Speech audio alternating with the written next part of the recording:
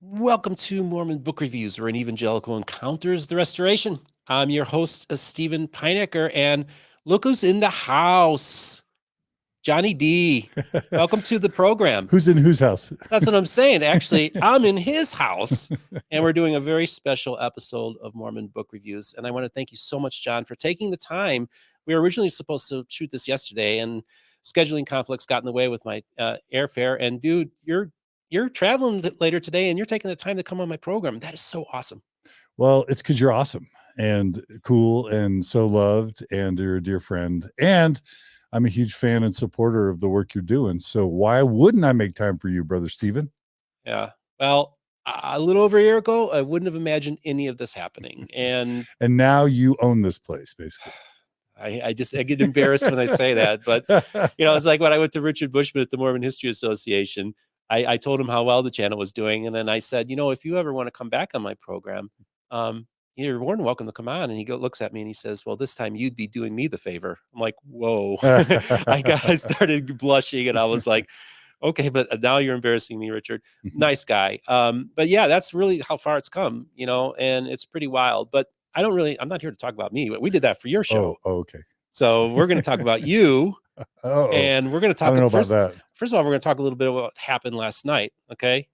You helped, Jen, of course, and Allison did an awesome job organizing a special invite only, kind of an exclusive crowd of people that were able to celebrate the life of Gerald and Sandra Tander, and also honor them with the new book that came out, written by my good friend Ron Huggins, called Lighthouse. Right? Yep. Yeah, that was a super enjoyable evening. It was, and it was great to. You could tell. I mean, I always like to read a room, and just watching Sandra and talking with her, and then just seeing how she was responding. And of course, what really was interesting to me is when the women were speaking, I noticed she was really, really responding to them, because she recognized how difficult it is in this world to be a woman and navigate these waters. And so it really was great that Jen and Allison and many of the Lynn Wilder was on, and just it was great, and it was just a nice intimate affair, and I was glad to be part of it, and I was glad to be sitting right with you and Radio Free Mormon. And I'm like, okay. Yeah, it was super fun. She's a legend. And I said last night that anyone who's ever done anything interesting in Mormon studies, let's just say from the mid 1960s on, stands on the shoulders of Sandra and Gerald Tanner.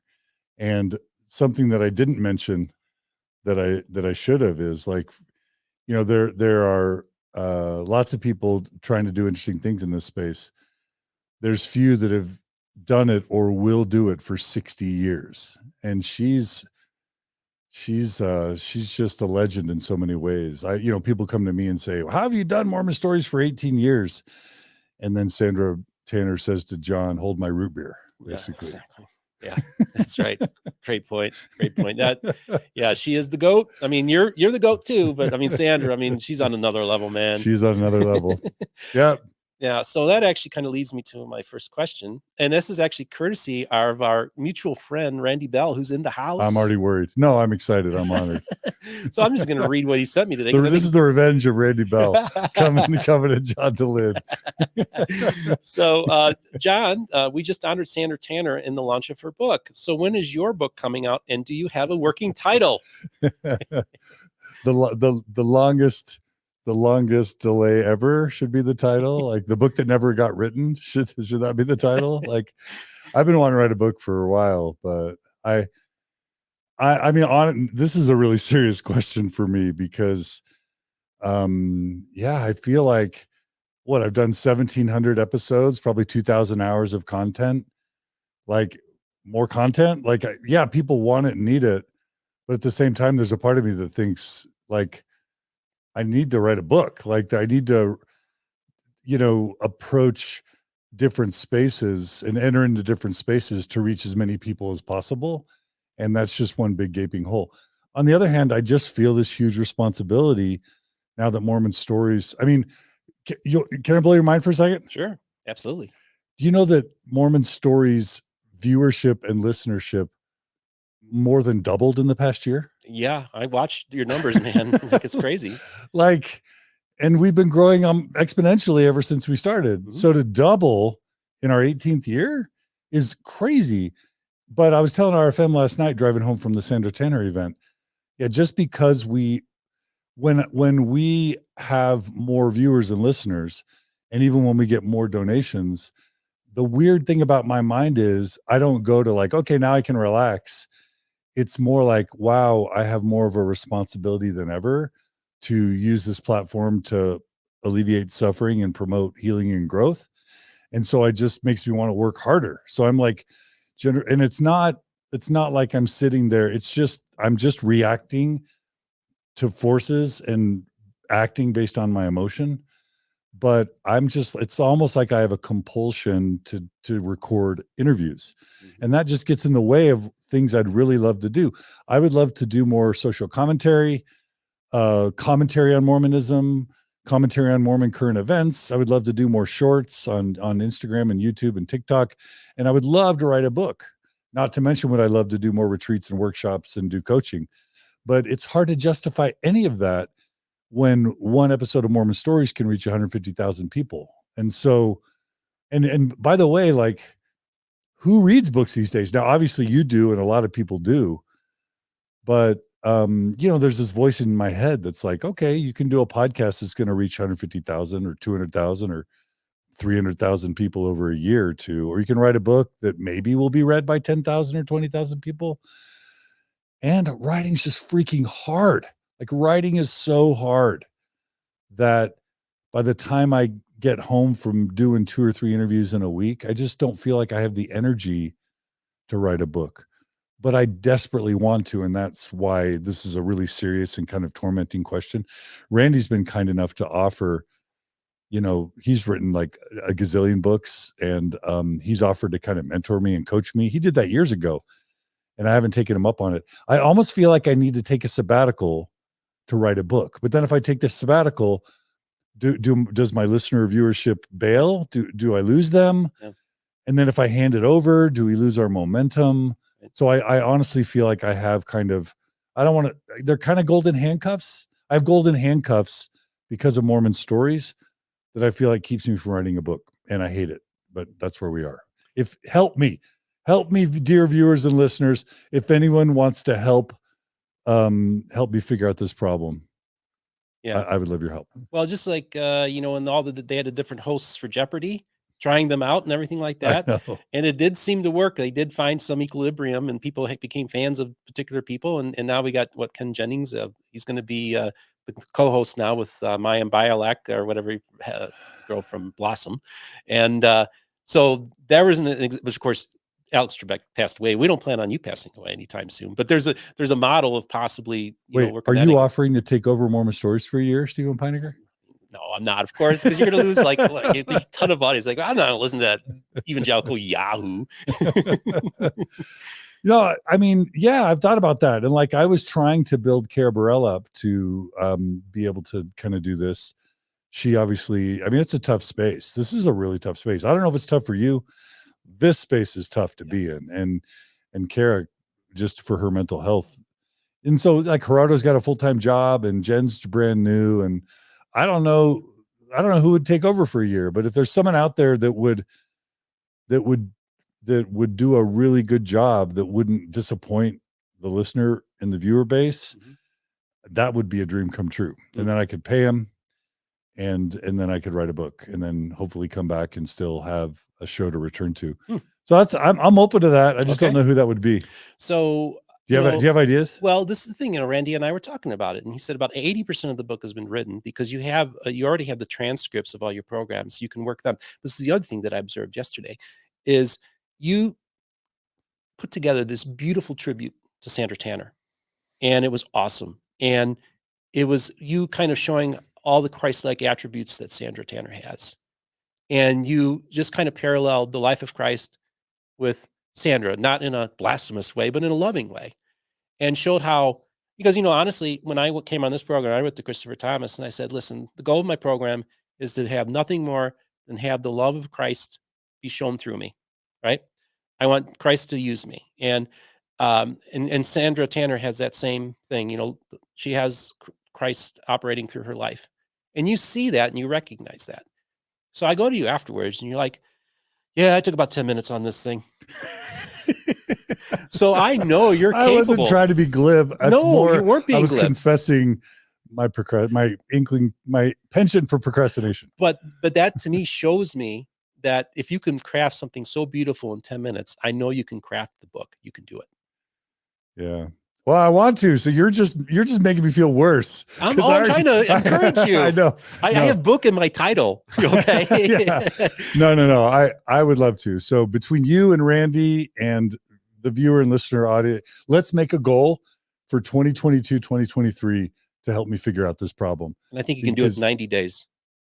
I believe you. I believe you. I don't think you But is it a memoir? Is it a memoir? What is it? Is it a memoir? Is it like a biography of Mormon Stories, the podcast? Like, I don't even know. Is it about the church's truth claims and what I wouldn't do the church's truth claims. You wouldn't? No, because that's what the show is doing. I think it's important to tell your story, but also maybe use this as, look, I get Mormon stories all the time. People send me their life stories on you get them all the time. You showed me when we had breakfast, like I get this all the time. You have impacted so many people's lives. And I think that it could also be your Mormon story, but also others' Mormon stories, maybe intertwined into it, people's lives who were affected. And so you would tell your story, but you would tell, because I think it's so important, like, okay, Rebecca Biblioteca comes on my program. She's this housewife. Nobody knows her. She was a librarian for 15 years at BYU. And now she's been viewed over 10,000 times on my channel. And nobody knew who she was. Her Mormon story has been told on my channel. And I think that's the key thing too, is you provide that vehicle. So it could be a combination of your story and other Mormon stories. And I think I just don't think the idea of, like, we don't need another book that goes after Mormon truth claims. There's plenty of evangelical publishers that put that kind of stuff out to begin with, and secular and atheist and all that. That's just my take. That's just how I feel initially, off the top of my head. And then honestly, when I hear that in my mind says, who really cares about John's story? Like, and I know that there are a lot of people that are grateful for Mormon Stories and they're grateful for me, but I don't, in my mind, there's a voice that says nobody's going to really care. Okay. So you got to work on that yourself, because that's a psychological thing. And there's a lot of people who love you, John. I love you. I think you're awesome. And this is the thing, folks, you don't understand. John Dehlin is a human being. And a lot of people don't realize that, because they've either put him on such a high pedestal that he's almost like, oh, John, I've had dinner with you. And it's like you're a freaking movie star here in Utah. But then there's other people that hate you with a passion. And it's like, they don't really know John. Yeah. You're kind of a caricature for a lot of people. Yeah. And so everybody just kind of projects onto you.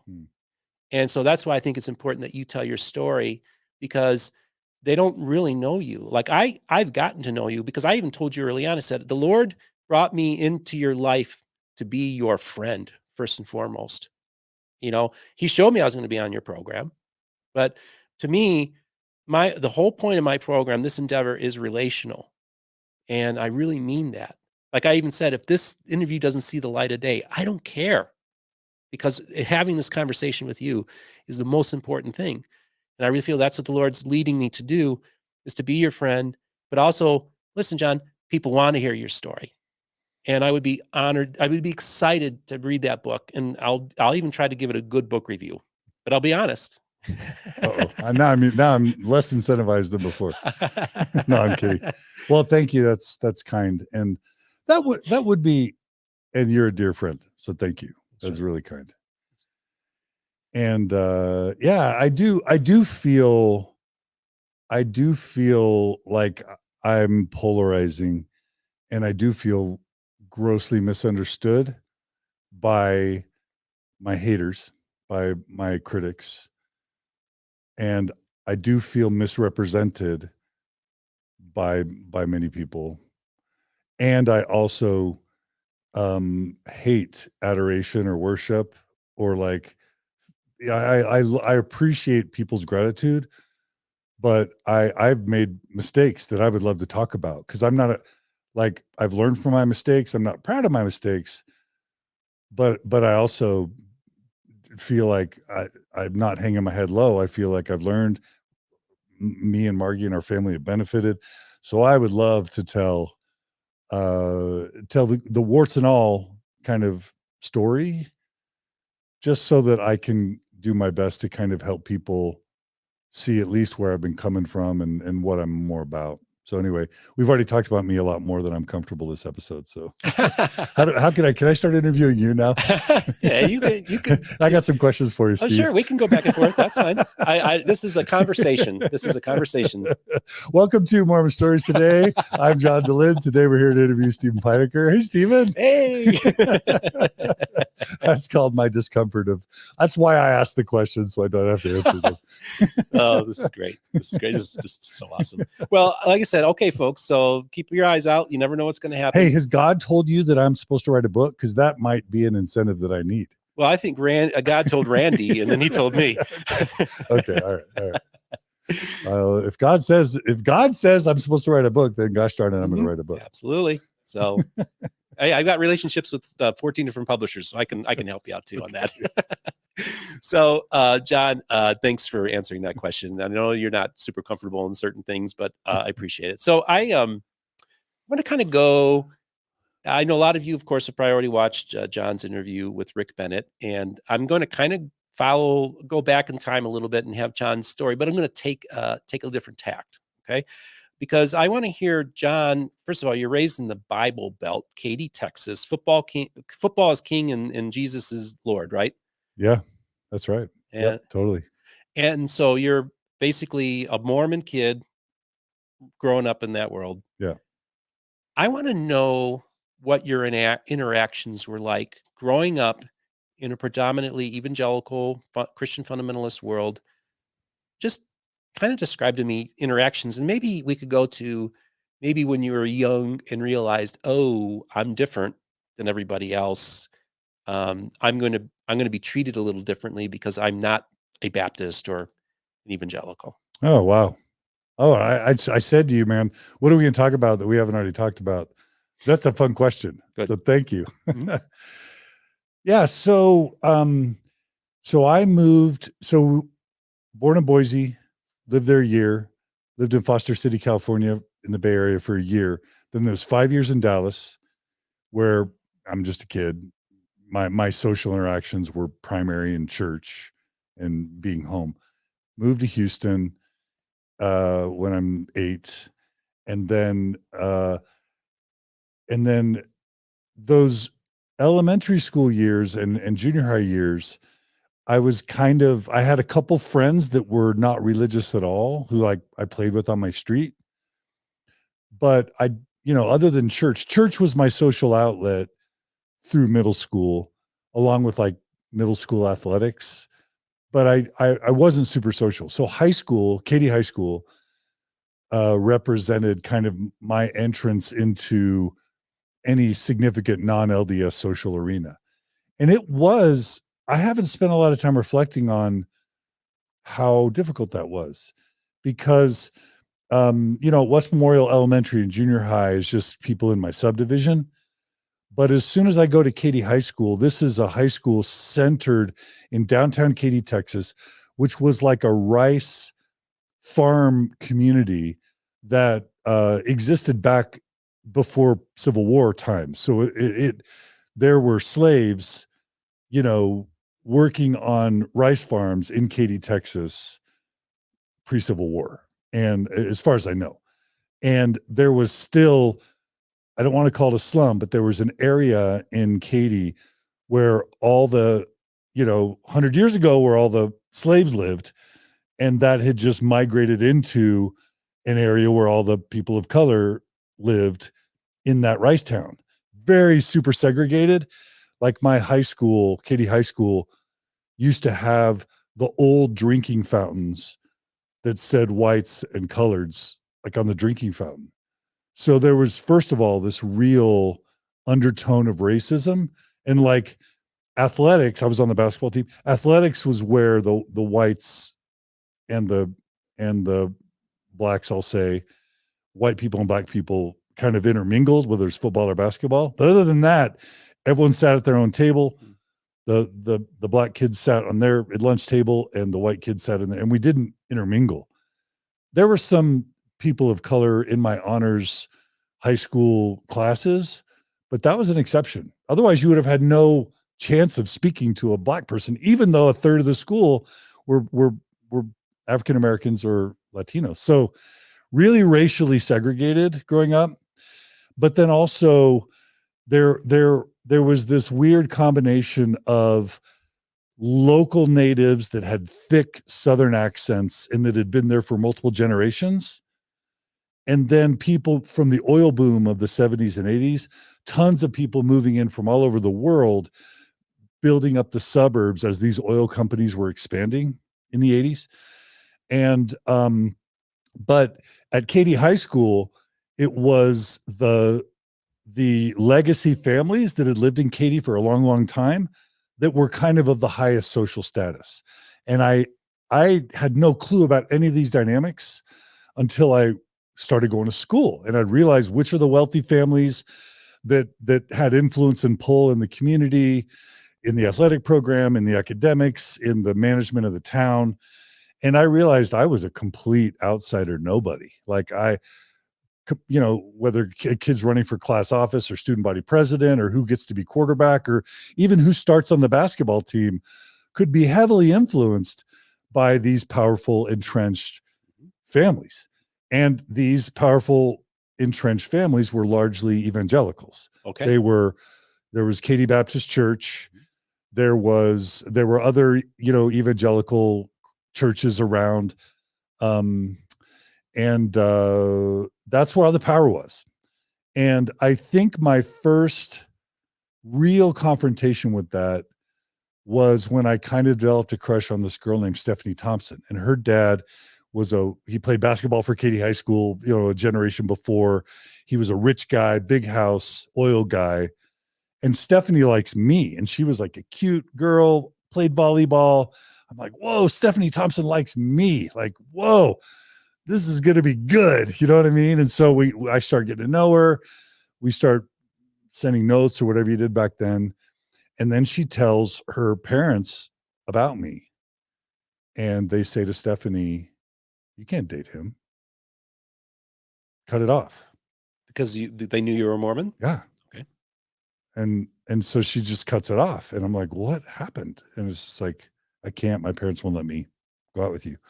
So that was, that I don't want to sound like, I'm straight, white, whatever, privileged male in a million ways. Mm-hmm. So I don't want to make it sound like I was abused or like had it really bad. But that was discrimination. If there's discrimination, that counts, right? I'm not going to date you because you're religion. Absolutely. Imagine saying I'm not going to date you because you're Black, or I'm not going to date you because you're white, or I'm not, that's discrimination. And I felt it. And it was painful. And it was painful to always be on the outside of those power circles within. And that wasn't the first time. I also had my closest friend, Joey Dehlin. We were in honors classes together, and we would always sit by each other and play together and have fun together. He was a charismatic Christian. Okay. I want to remember the name of that church, but it was like a local, highly charismatic church that was smaller. Okay. And Joey Dehlin and his family were a part of it. And we were the closest friends for probably 3 years. And then his parents were like, you got to get away from that guy. So I lost like my best friend. And he never really said it. He just kind of ghosted me a little bit towards the end there. And so that was painful. And that's one of the just really bizarrely compelling and powerful things about a high demand religion is that persecution reinforces in some ways a positive identity. Because at the same time, my church is saying, oh, you're a Saturday's warrior. You were one of God's elect. You were valiant in the pre-existence. That's why you're Mormon. And you were sent to the earth to usher in the coming of Jesus Christ. And you are one of the noble and great ones. And then you get your patriarchal blessing when I'm 16 or whatever. And it's like, you will rise in the morning of the first resurrection. And you will, I'm like, oh man, I'm one of God's chosen. And like all these loser evangelicals, like, yeah, they think I'm lame, but joke will be on them. Yeah. You know what I mean? Yep. So like it actually made me feel in a weird way better about myself. Like that persecution kind of a cruise to blessings and additional worthiness and valiance. It's just a trial that I can overcome and become even stronger. So it wasn't like I was running around high school sad, and I was student body president. You know what I mean? I became captain of the varsity basketball team. I wasn't going to let those fetchers drag me down. You know what I mean? Yeah. And I'll just also say this, that I remember, are you feeling something? Oh, no, I'm good. I'm Okay. good. I also will just say that I remember when Katie Baptist, whatever, they had a movie night. Oh, God Makers, where it was Mormons and other cults, you know what I mean? And they show the God Makers, and they probably did that multiple times, but I remember one time specifically, I ride by and I see the thing and I'm like, Mormons and other cults. What cult? Like, I'm like, no way, we're not a cult, you know, like we're the one true church. Like, you guys are. So I remember going to high school and finding my religious friends and having debates with them about like original sin and Adam and Eve and what's a Christian, what's not a Christian, what Christ did and didn't do, who has authority, does authority matter, is the Bible perfect, is it not? And I started getting into those sorts of discourses in high school, and I felt like they, just the idea that the Bible's perfect, because Mormon had seeded in my mind that the Bible was flawed and the Book of Mormon was perfect. And so I'm like, these people are crazy. They're going to say the Bible's perfect. Like, Judas dies explicitly in two different ways. They can't even get the words on the sign at the crucifixion right. All four versions of the Gospels have different wording on the sign above. And these are things you knew about then? Totally. Okay. Oh yeah. Because I was regional scripture chase champion as a freshman. I did all 4 years of seminary. I hardly ever missed. I was super devout Mormon kid. I was Nephi, and I read the scriptures. And so I would read the Bible and I would find discrepancies. And I would, kind of like a mini Bart Ehrman, but just like a super mini Bart Ehrman. And I'm just like, the Bible's got all sorts of problems and it contradicts itself. And I would bring this up to my evangelical friends and they'd be like, nope, the Bible's perfect. And I'm like, you people are like blind followers. And of course, I didn't see myself that way, but I also wasn't, because during that same time period, I'm thinking, I remember very specifically, and I probably told the story before, I remember very specifically thinking, so like, I think my church is true, but they think their church is true, and these other people think their church is true. Well, why are we what we are? And then I thought, well, it's probably because our parents taught us that. And so then I thought about, okay, if Mormonism's true, what percentage of the world is Mormon? And I divided the number of Mormons in the world, it was probably 5 million at the time or whatever, by the number of people in the world. And I got like less than 1/2 of 1%. And I was just thinking like, man, God, like, okay, you say narrow is the gate and few there be that find it, but that's a pretty awful success rate. If this is God's one true church, like, I don't know. That feels a little bit lucky. It feels a little bit fortunate that I just happened to be born into the one true church, but I'm going with it because it makes me, like, I mean, I didn't mind feeling like I was better than everybody. And that was a fundamental part of my Mormonism, because even though I was hurt by and disappointed by the judgment of all my evangelical Christian friends, I thought I was better than all of them. And I was taught that we were better than all of them, that their churches were broken and fallen and, Yeah. And you're persecuted. It's showing like, hey man, I'm a warrior. I'm in the battleground and, I'm defending the faith. And so it's a great feeling to have in one sense. But a question I have for you is, what does a debate with an evangelical in high school look like? Would you guys yell at each other, scream? Would it be civil? Just kind of, how no, did they I would go? never yell. Would they yell at you? Okay. No. It would be like, this is typical John Dehlin. Like it's like, hey, so what does it mean to be saved? And they'd be like, well, it means, you go to church and you you hear a really inspiring thing, and then you stand up and you say, I believe, and you go up to the front and you do whatever it is. Yep. And then from that point forward, you're saved. And I'd be like, huh. So like, it doesn't matter what you do after that, you're going to heaven. Yep. Doesn't matter what you do. And I'm like, well, what if you kill somebody? And they're like, well, you wouldn't kill somebody if you'd been saved. And I'm like, well, I bet there's people that have been saved who then killed somebody. Well, maybe they weren't saved. We'd go around and around. And then I'd be like, well, like really, God's just that one moment, and then like you're good. But then I'd be like, well, what about all the people who live in India? You know what I mean? And then they'd give me some answer like, well, they're screwed. Or I'm like, really? So God's screwing all those people, And then it's like, okay, well, no, because then they'd say something like, well, there's a way that they can feel the light of Christ in their heart and accept Christ even though they don't know his name. And I'm like, okay, wait a minute.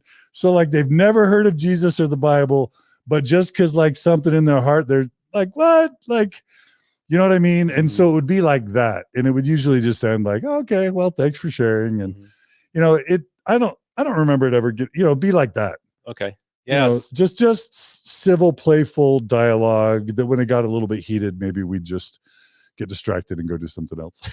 Did an evangelical ever show genuine interest in your faith? Like to the point of wanting to take lessons? Just like really wanted to know, like, what do you believe and what did like about Jesus and God? I mean, just actually rather than try to convert you, but actually just did they ever show any interest in your faith at all? There might have been a few. There might have been a few. Like my friend Chad McMillan, who was an offensive lineman at University of Texas, he was kind of semi-Christian, and we would have he came to church with me. I brought him to church. I think I attended Katy Baptist Church at one point or another, probably because of a girl I was dating. I don't know. And I think I had some genuine dialogue with some where they showed interest in Mormonism. But I don't remember if they brought up God makers like questions or criticisms. I don't know that they ever really landed with me. I probably would have either just tuned them out or dismissed them because I hadn't been really exposed to kind of legitimate challenges to Mormon truth claims at that point. Or if I had my guard up. Okay. So you had mentioned that you recall possibly attending Katy Baptist. Did you? I definitely attended Katy Baptist. So tell Church me, how many different Christian churches did you visit while you were living in Katy, growing up? Did you go to other friends? Did you go to that charismatic church you were talking about? No, I never went to Joey's church. I felt afraid, and I felt like they wouldn't want me there. I don't know that I attended anything other than Katy Baptist Church, honestly. And do you remember having any impressions of what you felt when you attended a service? I mean, I think I felt like it was kind of cool, like different. Yeah. And by the way, have you ever heard of Chuck Swindoll? Oh yeah. You have? Mm-hmm. So my dad, I grew up with my dad. So my dad, he experienced some church discipline in my middle school years. And he was in a state calling at the time, was disciplined. And he was never the same after that. It wasn't excommunicated or anything, but just had some church discipline, and it was kind of public and embarrassing.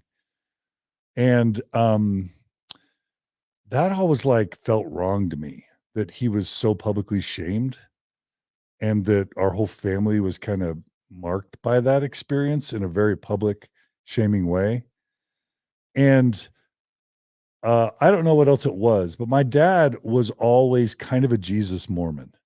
Have I ever talked about my dad? Have you ever heard me talk about my dad and Jesus? I've watched so much of your stuff. I'm sure it's in the memory bank somewhere. But it's not fresh. I would like to hear it. Yeah. So my dad was the kind of guy, I think Randy will appreciate this. My dad was the kind of guy where if you're driving down the road and somebody's car he pulls over and he helps them with their car. And if, if someone in the ward needs to move, my dad's there, and if somebody needs help, you drop everything to help them. And that is my dad's still alive. That is my dad.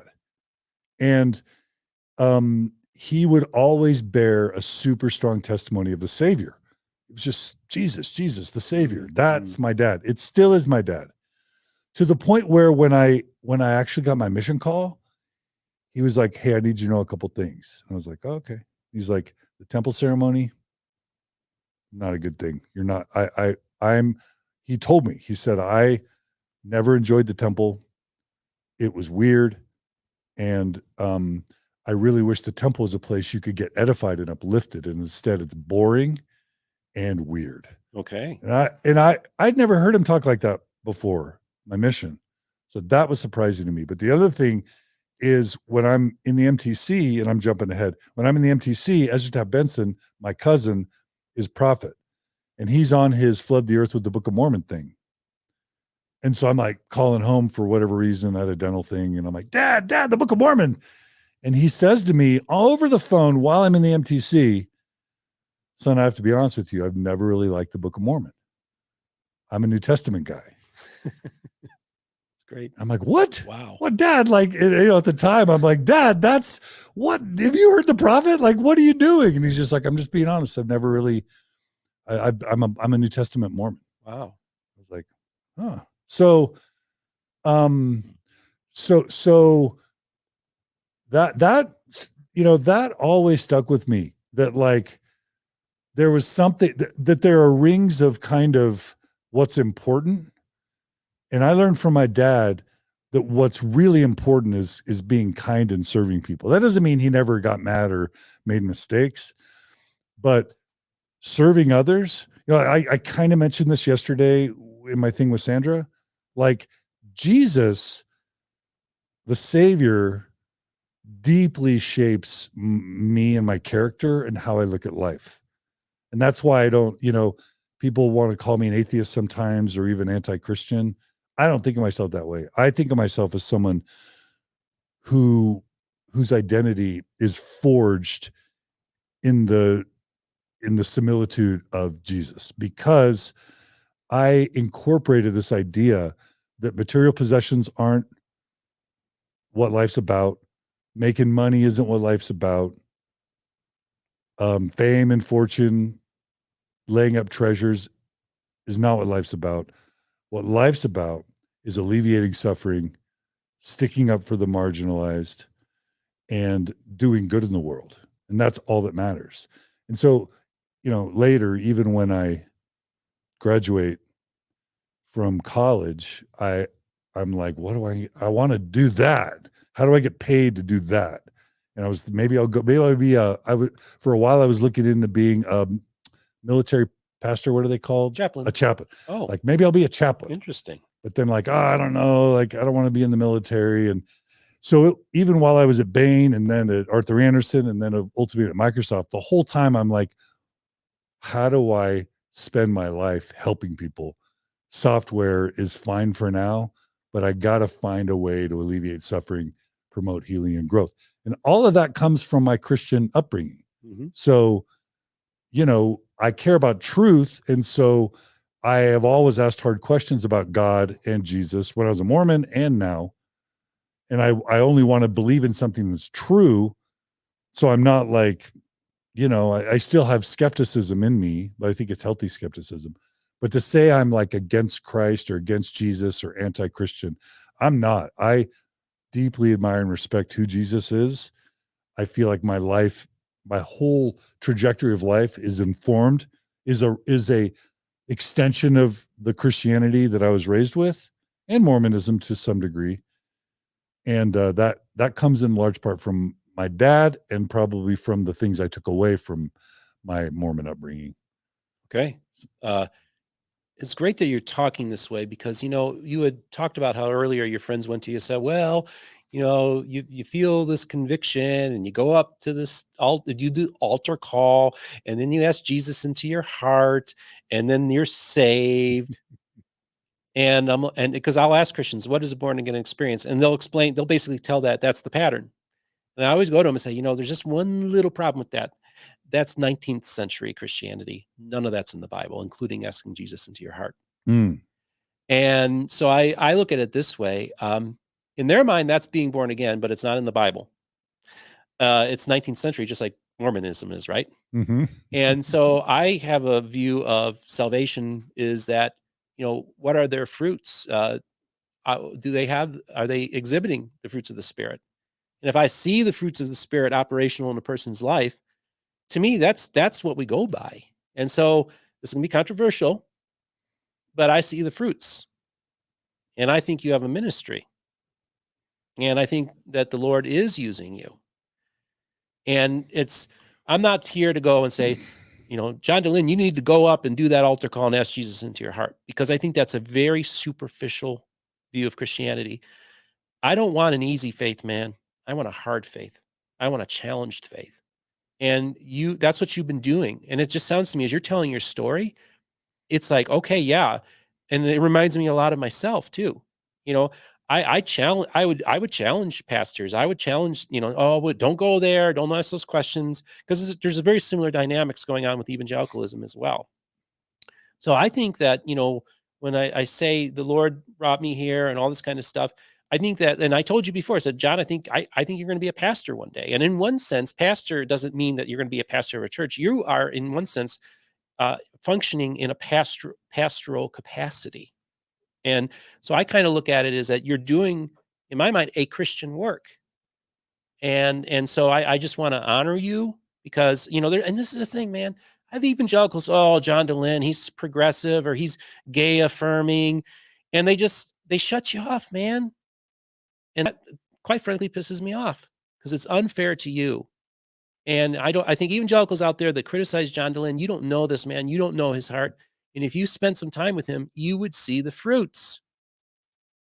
And I think that's important that people hear that.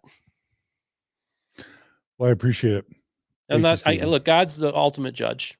Yeah. He decides, but that's how I look at it. Well, thank you. I got a little chills. I used to associate that with the Holy Ghost. So maybe that's the Holy Ghost, or maybe that's just my neurochemicals, but it feels good either way. So thank you. Two things I'm dying to respond. Okay. So you said it's a conversation. Absolutely. Number one is, like, I'm thinking, like, just at the Sandra Tanner thing, there's some people coming up to me who are kind of like, you're a little bit LGBT friendly for me. I'm like, first of all, what did Jesus ever say about the LGBT question? Ever? One word. There's not one word. He never said a word about it. Yep. Never.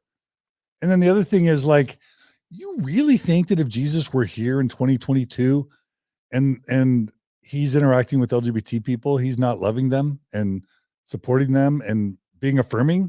I mean, I don't know. Like, Jesus wasn't about, like, this behavior is good and this behavior is bad to the average person. He was critical of, like, the hypocrites, right? He was critical of the priests and the judges and the lawyers and the people in power, but he wasn't running around calling out the traits or characteristics or even sins or mistakes of the normal person. Not at all. Oh, no. So I'm just wondering what Bible these evangelicals or these Christians are reading. Yeah. Like, what are you basing this on? Like, I want to also touch another thing, but did you want to respond to that? Or? Well, that's a great point, John, because, obviously, and I look at it this way. There are things about the LGBTQ movement that I don't like or agree with. I think it's politicized. But I'm going to divorce that, because this isn't about LGBTQ as a movement. It's about LGBTQ as individual people. Yeah. Right. And I'm on a one-on-one level with folk, you see, and that is about relationship. So, Jesus would embrace the LGBT people, and he would love them, and he would not be holding signs, God hates F's, right? That and the Westboro Baptists do. And a lot of these ministries will hold the same signs, similar signs during General Conference. I don't have much use for those people. They're just full of hate. Yeah. So there's a spirit there against gay people that is not Christian at all. Yeah. Yeah. Cause anyone who's, if there's a large percentage of any population that feels driven to want to take their lives, those are the people you love and show compassion and kindness to, not stick your boot on their neck and make it harder. Yeah. Right. Absolutely. Yeah. And that's the abuse that we're seeing within American Christianity. I'm very concerned about the direction that it's gone. Yeah. It's being used to hurt people and also to try to control people. And that's very scary to me. So evangelicals, we need to, like I was talking to Jeff McCullough of Hello Saints. And I was like, dude, I'm not going to get too specific in my criticism because I don't want to get political. But I said, evangelicals have fallen for so much BS that they believe from particular individuals that they really believe is to be true. And these are outside of Christianity. So we'll leave it at that. And I said, why in the hell are we so concerned, evangelicals, about Mormons when it's a mess on our side, a complete disaster? Yeah. We need Jesus. Yeah. We need Jesus. Yeah. Amen. Okay. And then the second thing I wanted to say is going back to being saved and having a ministry and that sort of thing. I said yesterday with Sandra Tanner that I've been traumatized by Mormonism. And honestly, I think to be human is to be traumatized. I don't care what I was raised in.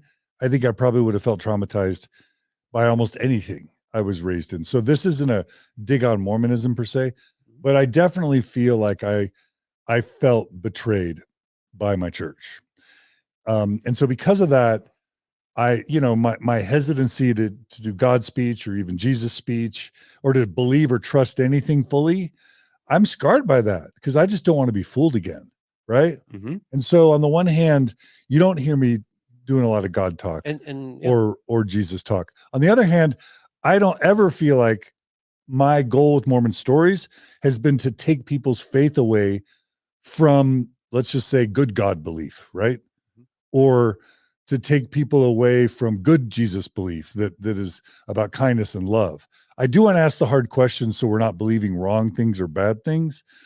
But so what I mean, this is a long way of saying, while you don't hear me framing a lot of my life in terms of God and Jesus talk, I've already told you how Jesus informs pretty much everything I do. Mm-hmm. As far as God goes, like I can remember the walk where I'm like in Logan, it's 2004, 2005. Mm-hmm. And I'm listening to my iPod, probably before the iPhone even came out. And I'm listening to like, oh, there's this thing called a podcast. You know what I mean? And I'm listening to Mike Norton's podcast called The Church Is Not True, very subtly named podcast. There was another one called Catholic Mormon. There were a couple Mormon themed podcasts before mine. And I'm listening to that. And, if Joseph Smith had a theophany or whatever, I had one. Mm-hmm. I had one like walking, doing my 5 mile walk every morning in North Logan, where it was like, it was almost as if, I didn't hear a voice, but it was almost as if I heard a voice saying, you need to do this. And so I don't call that God, not because I know what it was or wasn't, but just because like I'm traumatized to ever use that word. But like, does that really matter? Like if you say you believe that God told you this or that, or you've been inspired for this or that, and I just say I felt very strongly that I should. One of the reasons I hate the atheist, agnostic, believer divide is because I don't know how much of a difference there is between the feelings you get that motivate you and the feelings that I get that motivate me. Mm-hmm. I think it's kind of the same feelings, and maybe you're comfortable using a certain set of nouns or adjectives to describe it. I use different nouns or adjectives because of the trauma I've experienced. But like, I don't like the term atheist or agnostic to then be a divider where we're having different experiences. And, even when I think about kind of my conversations with Randy, like, I am not the person that just reduces every experience down to neurochemicals. That's just not me. It never has been. That doesn't mean I'm in a hurry to ascribe a divine source to everything that I feel, but I do have an openness to free flowing energy and to a bigger driver of, a creative force. There's clearly a creative force, clearly there's something that was moving temporal existence towards the creation of life and then the evolution of life. That is a creative force. Now, whether you want to call that random, which is weird and I can't say it's unlikely. Maybe it's all random, but to me, that's just as weird and as ridiculous as that there's some power or force. And I've been saying this since the beginning of Mormon Stories. Now, when I was a believing Mormon or semi-believing Mormon, I just decided to call that God. Whatever it is that like is making the human species or just the animal kingdom and then the human species advance, learn more, advance in technology, grow, develop. I'm going to call that God because there's something going on, right? And I've never lost that. I don't like having to pick a side of like, I'm pro God or I'm an atheist. I don't like either of those. I don't like either of those because I think they're polarizing. And I think those sorts of categories tend to divide more than they unite. And so I'm interested in just saying, you call it what you call it. I call it, I choose to not give it a name, but let's just vibe in the fact that we both are rejoicing in the beautiful creation that is, and that there's some meaning and purpose that makes me do what I do. Mm-hmm. I heard something like a voice. I don't know what it was exactly, but does it matter if you call it God and I'm like, I don't know? Does that matter? Is God going to keep me out of heaven because I didn't call it God? Mm-hmm. Right? Or if I'm serving people, but I don't do it in Jesus's name, but Jesus is what informed my service, is that keeping me out? Like, I'm not interested in any theology any God that's like that picky about who gets to live with him for eternity versus not into that kind of God. If there's a God that's like doing that, I'm out, right? Yeah. But if we can just dwell in a space to where we call it slightly different things, but we're all unified in the values and the meaning and the purpose and the wonder and the celebration of life and joining in the alleviation of suffering and the promotion of health and well-being, can't we just do that and not let religion be something that makes friends feel like they're not close and connected? Yeah. And I'm just kind of going off. No, but I actually appreciate you saying that, John, because this is the thing. Even Christians out there who might be critical of maybe what John just said, and maybe critical of what I said. What would they criticize? Well, because I should be telling you, John, it's either you turn or burn, repent, you need Jesus, right? That's what I'm supposed to be doing. And that's what evangelicals are saying, that criticize me. You're saying that I'm here to witness to you and I'm supposed to convert you. Well, Lord told me early on, you don't do the converting, he does. In other words, and it's not even about conversion. It's about the idea is that you just allow him to work through you and don't try to get the arguments right and try to make these points and look, I showed John this and I was able to show him, because I think there's a lot of Christians who would love to have this opportunity and they can just freaking, open up the Bible and start preaching at you. Well, you ain't listening to that because you know that they're coming in here with an agenda. They're here to, they want to convert you. And my idea is, well, wait, look at what John is doing and how you're helping people and what you said about alleviating suffering. Why can't we all, even if we disagree with each other on theology and religious views, why can't we all jump on the idea of alleviating suffering and helping people and just working together in that sense? Why can't we go and volunteer at the Sikh temple when they give out food to people all the time? Beautiful religions that do good things. I think we should focus on those positive attributes as well. Allow Christ to operate through your life wherever you're at. And this is the other thing too, John. He's like, look, I was an atheist for a long time. Okay. I know what it's like to be traumatized. And I know what it's like to be angry with God and be hurt. I went further than you ever did. Right. And so I know the pain and all that I went through, and it was traumatic, and this whole endeavor is part of the healing process. Even when I was first starting the channel, the idea of it being a ministry, and I use that word I don't want people to think, but it is kind of a ministry because what happens off camera is kind of the ministerial aspect of the program, where people reach out to me and tell me their stories. And look, dude, part of the thing I look at it is this way.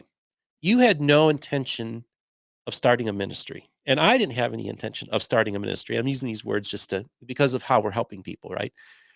And that's why I think that's where I believe the Lord's hand is in something, is that you didn't plan it. He did. And he will look where I've come from. What you've done in your time period is tremendous. Even in the past year is remarkable. What's happened with my channel, it's pretty amazing. And it was through no effort on my part. I made an effort and all this kind of stuff. Yes. I put in the hours of study, not knowing that it would lead to the channel. This is the thing. Like there was no planning of doing this. Originally, I was going to do a low carb channel to help people lose weight, right? But it was that bookcase that I looked at that kept on. I was, wait a second, I could do something with that. So that's where I think that's where God's in the matter in my in my worldview, is because you see, I live in a Christian community and we have all these people. I have a ministry. And it's like it's just kind of this little, they're not really doing anything. They just like to brag about this ministry that I have, and they're not really doing anything, and it's not growing and it's not flourishing or anything. And it's really not, it's their ministry, but it's not God's ministry. And as long as they think it's their thing, then it's going to be their thing. I think it's because you didn't go in with this. You didn't know where this was going to lead to. No. I didn't know where this was going to lead No. to. So I look at it, that's kind of like that's the God part. Does that make sense to you? Does. And every year, like I didn't know, first of all, when I left Microsoft in 2004, podcasts didn't exist yet. Yeah. But I left Microsoft because I wanted to be a part of the solution. So like, it was literally like that Indiana Jones movie where he's got to take that step into the darkness thinking might fall, but then the tile reaches up to meet his foot. And then he takes the next step thinking he's going to fall, and the tile raises up. That's exactly how it was for me, because it was like, okay, I'll move to Logan, I guess, and leave a couple $100,000 a year and all my stock options behind to make what, $15 an hour with 4 kids and a wife who doesn't work outside the home. Okay, I guess I'll do it. I don't know what I'm going to do. So like I moved to Logan, and then like I go to Sunstone, right? And then I meet all these cool people, and I'm like, whoa, these are cool people. Like, whoa.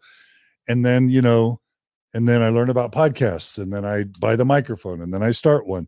Even then I'm like, I'll never be able to make money off of this. I'll just have to like do this as a side gig. And then slowly over time, I get my PhD and people start donating to the nonprofit, and yeah, I'm able to do it full time now.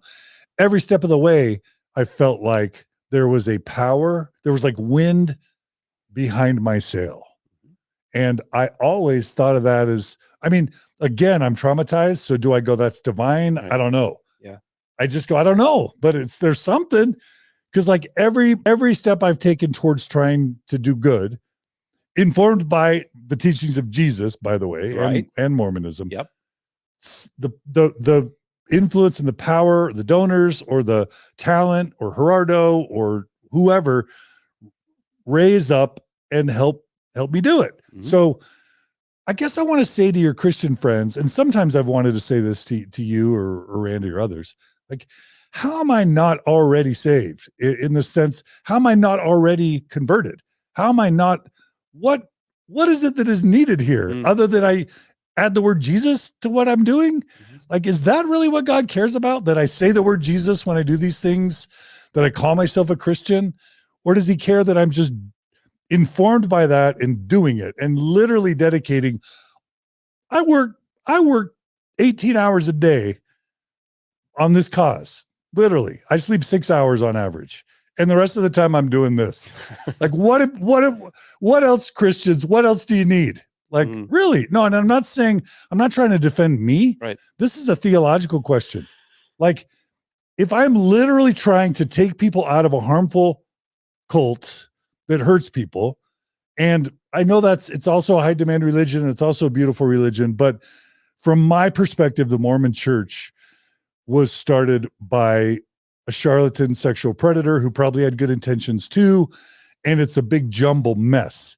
But the difference between David Koresh and Warren Jeffs and Jim Jones and Keith Raniere, he's a lot more like them than he is different from them in terms of how he ran things.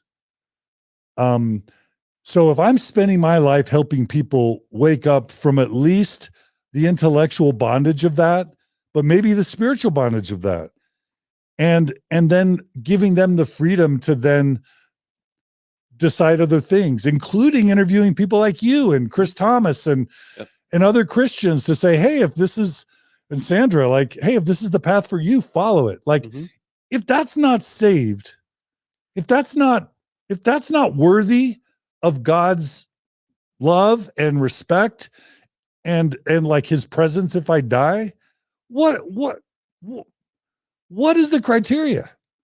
You know, I'm not, I want you to actually answer that question. You know, it's really interesting. What do I need? Well, you say the term Christian. Well, the term Christian was the name that was given to us by outsiders. So that's a descriptive thing. But also the other idea of Christian is, like, people would say, well, how could you call yourself a Christian and be a Democrat? Or how can you, this is the world I grew up in. How can you be, and even as a kid, I said, well, wait, a Christian is somebody who follows the teachings of Christ. That's the basic definition. And I said, so you can call yourself a Christian because you follow the teachings of Christ and still be not the evangelical Bible thumper that that you think is the only true Christian. So there are progressive Christians. There are different attributes of Christianity that are different. The dominant strain here in the United States tends to be the evangelical one. That is the world that I identify with, but I also recognize that it's so full of shortcomings. So this is the thing. How can I go and say, look, I look at it this way. I don't go to people and say, well, yeah, I think you're a Christian or you're not. I just say, okay, what are the fruits? Right. And like I said earlier, I see fruits of the Spirit operating in your life. So that gives me like enough to say, okay, I see enough there that I think that there are Christ-like attributes operating in your life. I can't go and say John Dehlin is going to hell because he didn't have the salvation experience that I had or that you had, because I think that's unfair to you, and it doesn't jive with me anymore, that kind of stuff. But I'm kind of wondering why that's even in the realm of consideration for a Christian. Like, you know, what do you mean by that? Like really, like people, like, I'm faithful to my wife, Margie. She'll tell you I'm a devoted husband. I'm a devoted father. Okay. Like I'll tell you what live my life trying to alleviate suffering and pursue truth and to help people heal and grow. Right.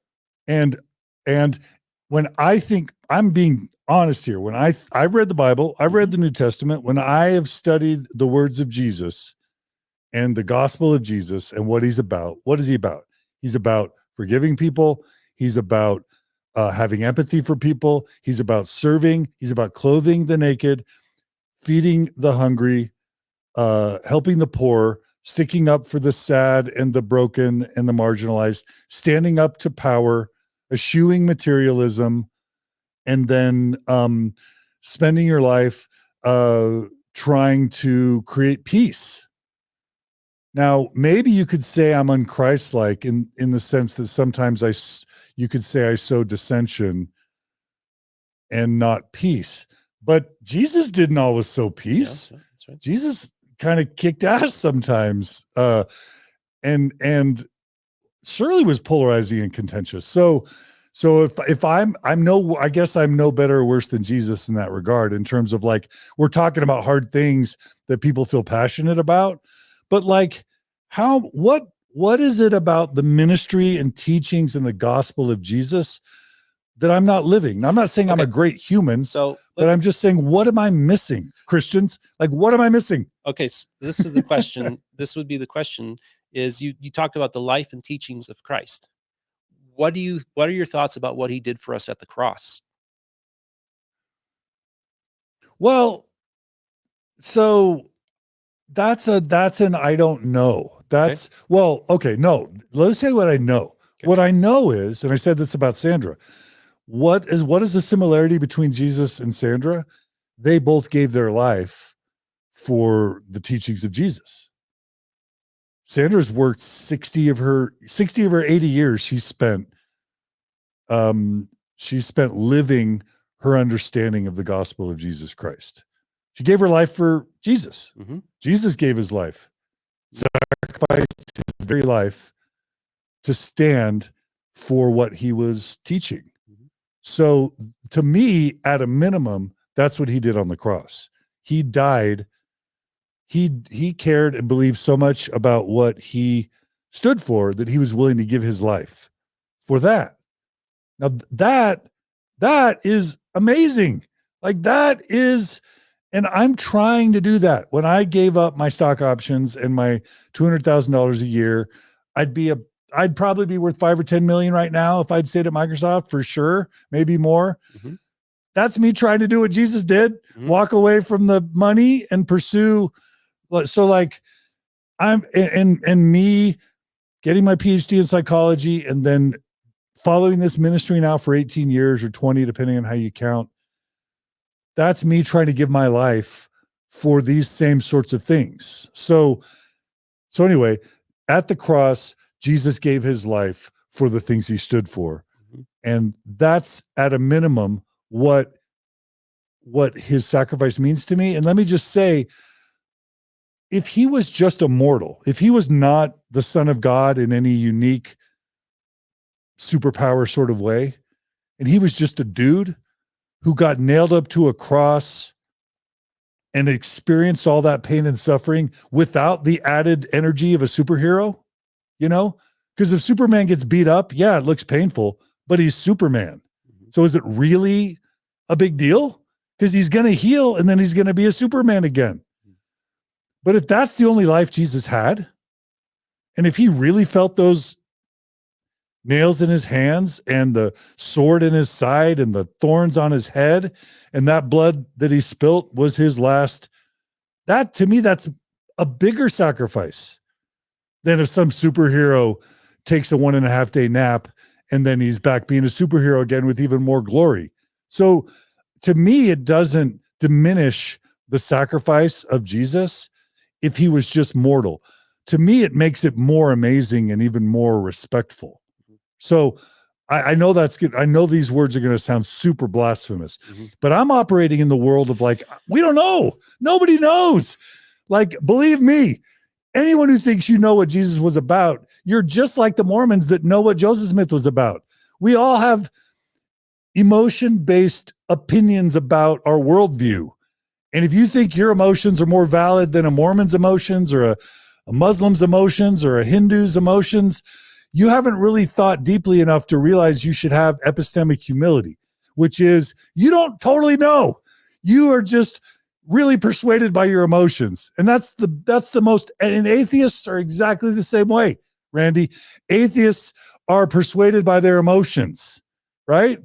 They have just as little right to have certitude as anybody else, right? Absolutely. We're all operating on our emotions. Now, I do think that there's a value to science of gathering evidence and like trying to act in a way where data supports. So I'm pro-science, but of course there's corruption and flaws and problems in science too.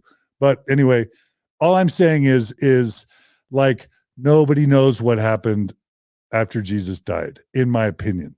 And there's accounts of him doing miraculous things, but there's accounts of Warren Jeffs doing her miraculous things. And there's accounts of Joseph Smith healing the sick in Nauvoo.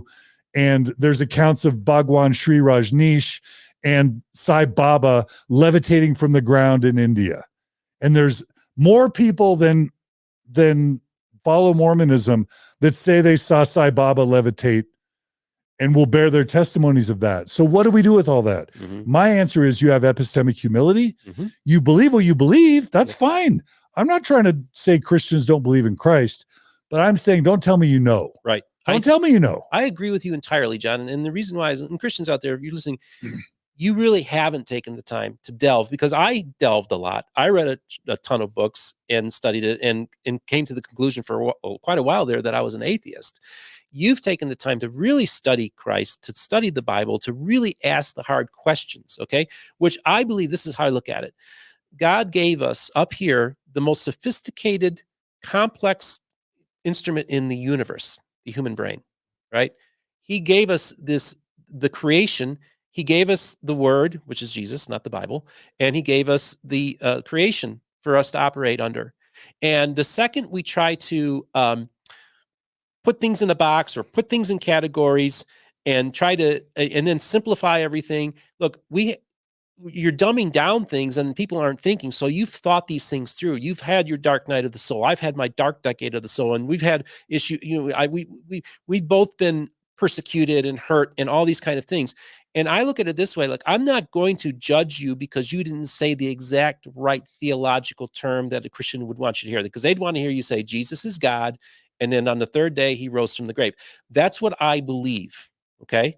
But I also recognize that just because you don't utter that theological statement doesn't mean that God isn't operating through you and that you aren't exhibiting Christ-like attributes.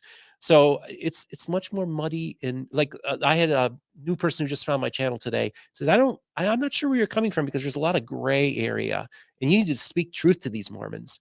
I'm like, well, actually, I'm thinking there is a lot of gray areas and we need to understand that because it isn't simple. It's very complex.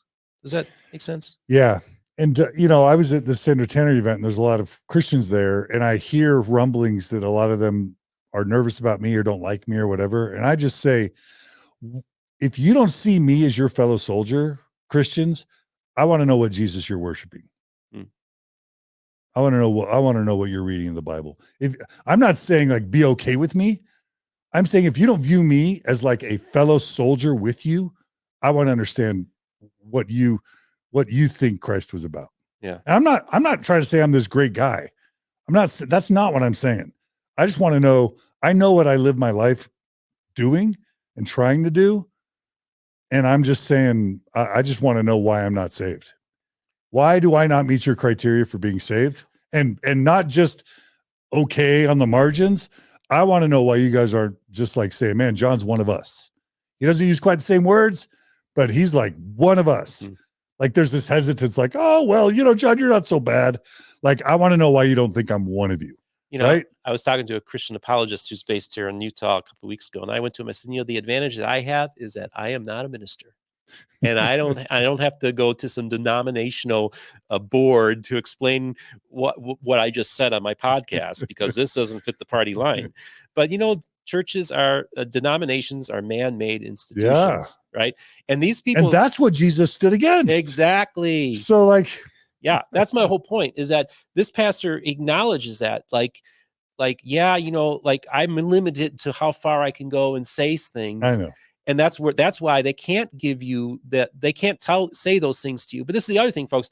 I don't think anybody has the right to go to somebody and say, you're saved or you're not saved. Totally. Jesus literally said, judge not. Yeah, exactly. Literally said that. Yes. Like, you can't argue with that. Judge not. So cut that shit out. Exactly. I don't even like to swear. Yeah. Cut that shit out, And we're keeping that in. We're keeping that in, folks. We're not cutting that out. And by the way, I don't judge Christians. I think Christians are beautiful. Like RFM said it, but I thought it too. Like, man, if being a Christian makes you want to be kind and loving, and by the way, Chris Thomas, Absolutely. You, Randy, Allison, Sandra, there are some amazing Christians who just, all they do is say, how can I do good today? And like, if Christianity is what informs that, I'm not taking that away from anyone. I'm saying more cowbell, more Jesus. Okay. Amen. I mean? Preach it. Okay. This is the thing. I totally agree with you. And John, I mean, it really, I see all these other Christian apologists who are just trying to basically just win arguments and show how smart they are. And dude, I'm talking to some of these guys and they don't have a clue what they're talking about when it comes to Mormonism. They're so superficial in the doctrines and everything like that. So they not only have they not taken the time to examine their own faith, they haven't even taken the time to examine Mormonism. And that's why I feel like what I'm doing is doing something completely different, right? Yeah. Because I want to have these real adult conversations rather than these stupid, petty arguments. And I think that what you're doing with your channel is we're having these adult conversations and you're talking to everybody and whoever you would love to have love to have everybody come on your program. Now, unfortunately, because of where you're at, that's not where you're at right now because, everybody has put you in a category, in a box. And see, that's what I mean. I'm about getting rid of the gatekeepers. And then people say, well, you can't go on that program. I think BYU professors should come on this program and talk to John's program. And of course, BYU professors come on mine, but they should be coming on yours too, John, because look, I look at it this way. Look at the Catholic Church. Okay. They're going to when they were going to canonize Mother Teresa, right? So, okay, we're going to canonize her, but when we do this, we have to have what was called in the past, a devil's advocate.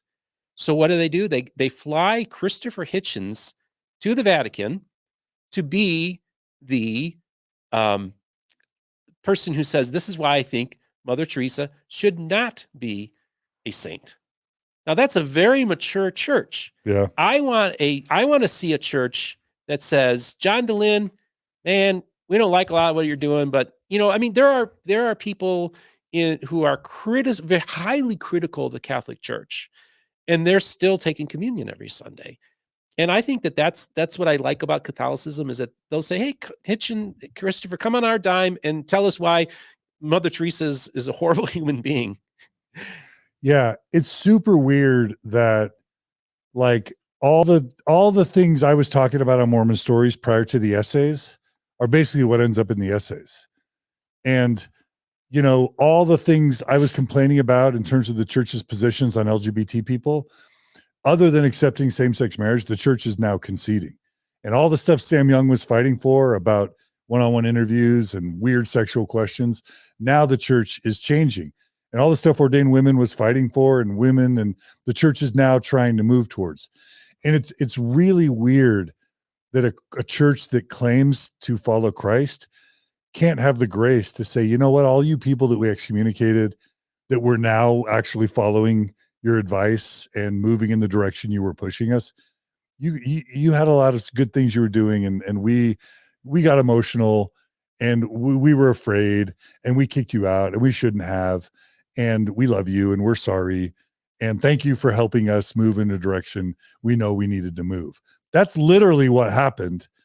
But it's weird that a church that bears the name of Christ can't follow that basic Christian teaching of like apologies, of like, you know, making restitution, saying you're sorry, trying to do better. It's really weird that a church that claims to follow Christ has the position that they will neither seek nor offer apologies, and that they're not about Christ-like reconciliation. Now, having said that, I also want to take a stand for Mormons being Christian, because you meet Patrick Mason and you tell me he's not Christian.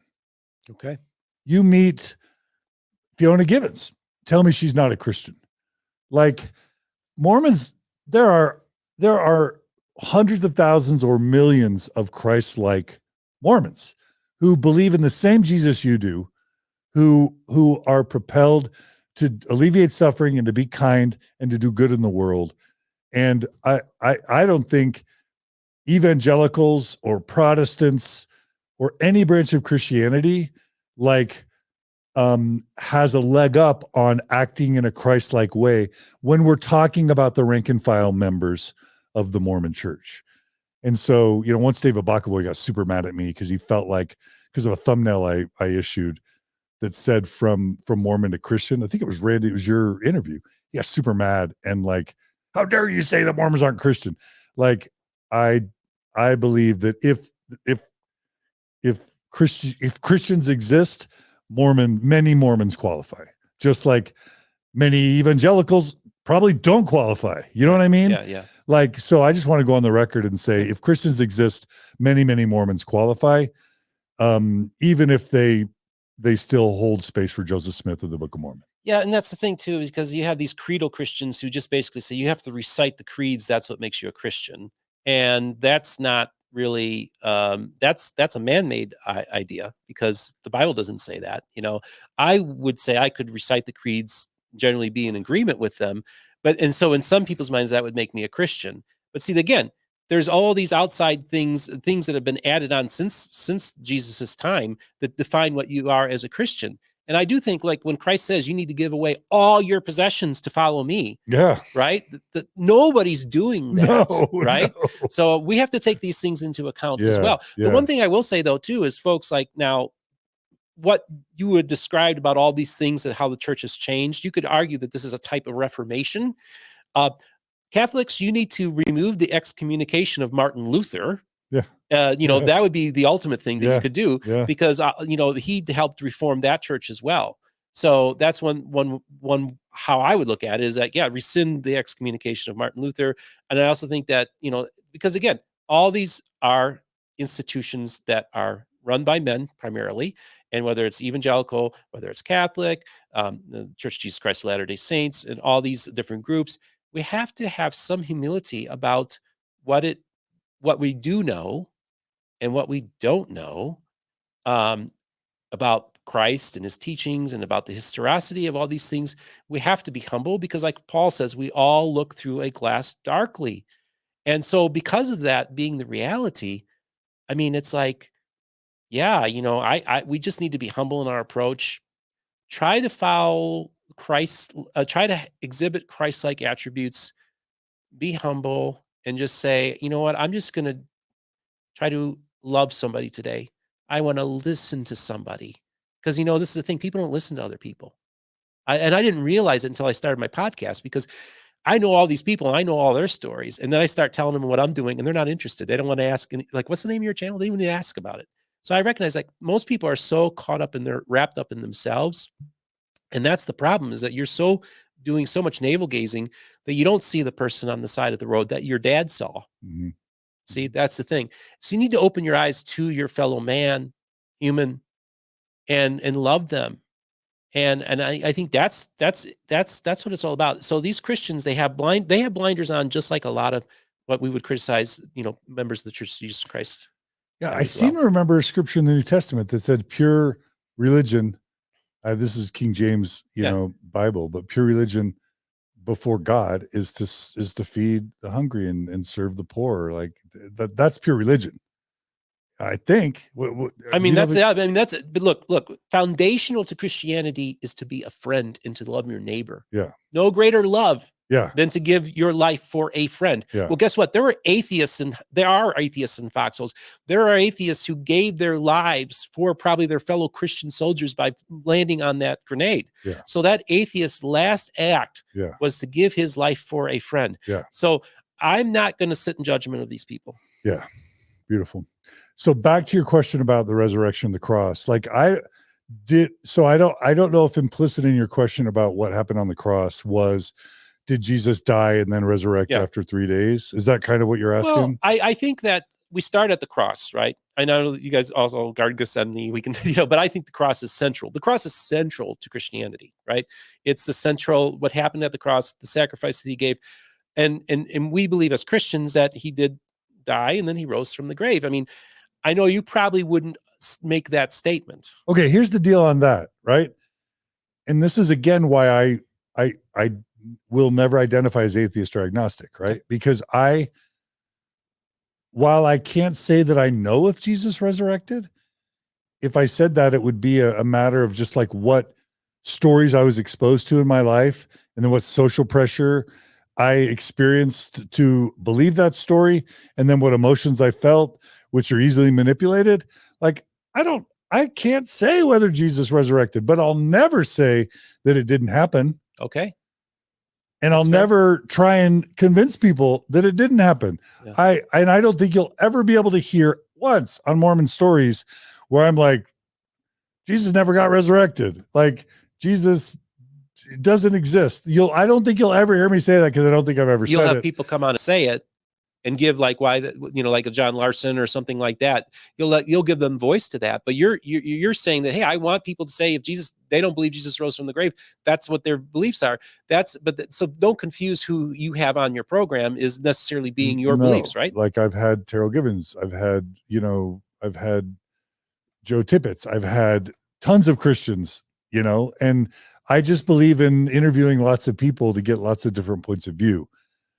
But yeah, don't confuse that with me advocating for one point of view or another, because I will never say that Jesus wasn't divine, or that Jesus didn't resurrect, or that there is no God, or that there is no afterlife.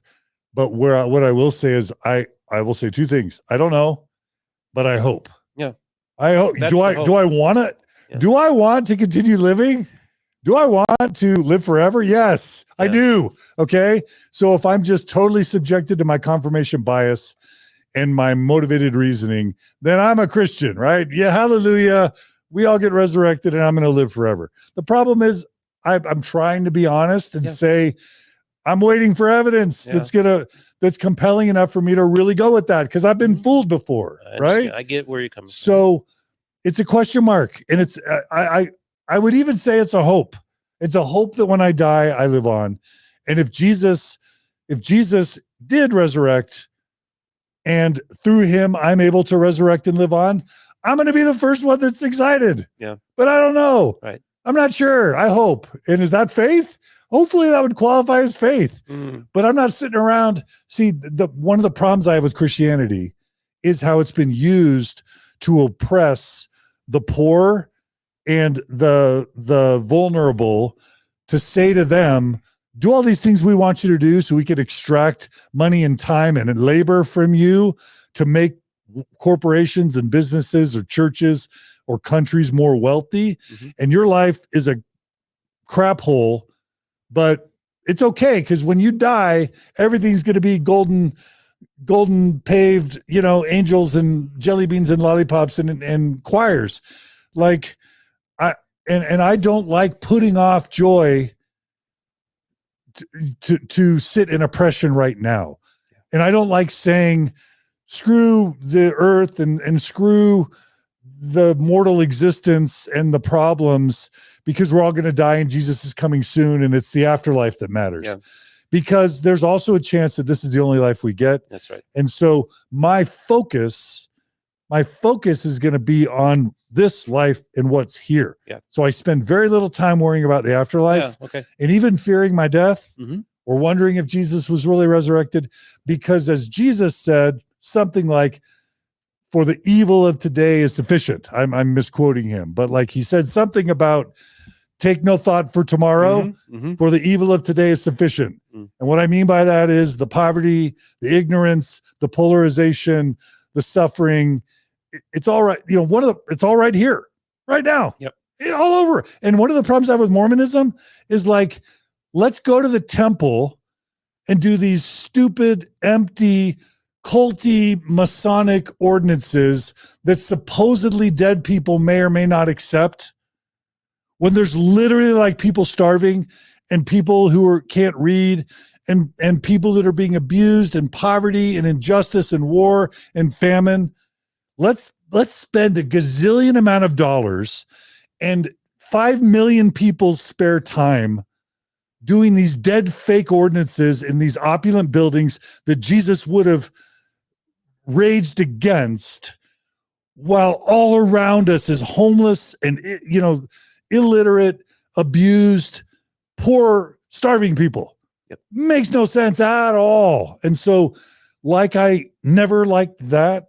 I don't like a Christian emphasis in the afterlife. Okay. If it takes any time or money or effort away from the problems that exist right now. Okay. And I get that, dude, because, within the Christian context, look, you have these conquistadors who they made sure before they bashed the brains in of those children that they got baptized first, right? So I recognize that's so awful. I mean, just think about that, right? That's Christian. That's my heritage, right? And so that's the world. And again, in Protestants, man, you guys did some nasty things too. Okay, so let's not pretend that we weren't just SOBs as well. Okay, so because I think it's only fair that when you criticize the Church of Jesus Christ of Latter-day Saints, I think you criticize all the institutions, all the churches. That's why I never joined. I'm a baptized Christian, but I never, ever joined a church, because I think we're missing the point in that regard. Like I tell people, I don't care what building you go to on Sunday morning. Do you have a personal relationship with the Savior? And what does that mean? Well, it means, does your interaction with the Savior mean that motivates you to do the very things to go out there and help the poor, help those that are suffering, help that transgender child who's been thrown out of their parents' home, Christian home, I'll add, right? So this is the thing where I look at it is that we just got to show love on an individual level, on a relational level. And that's how Christ operates through you. It's not about how much money you give.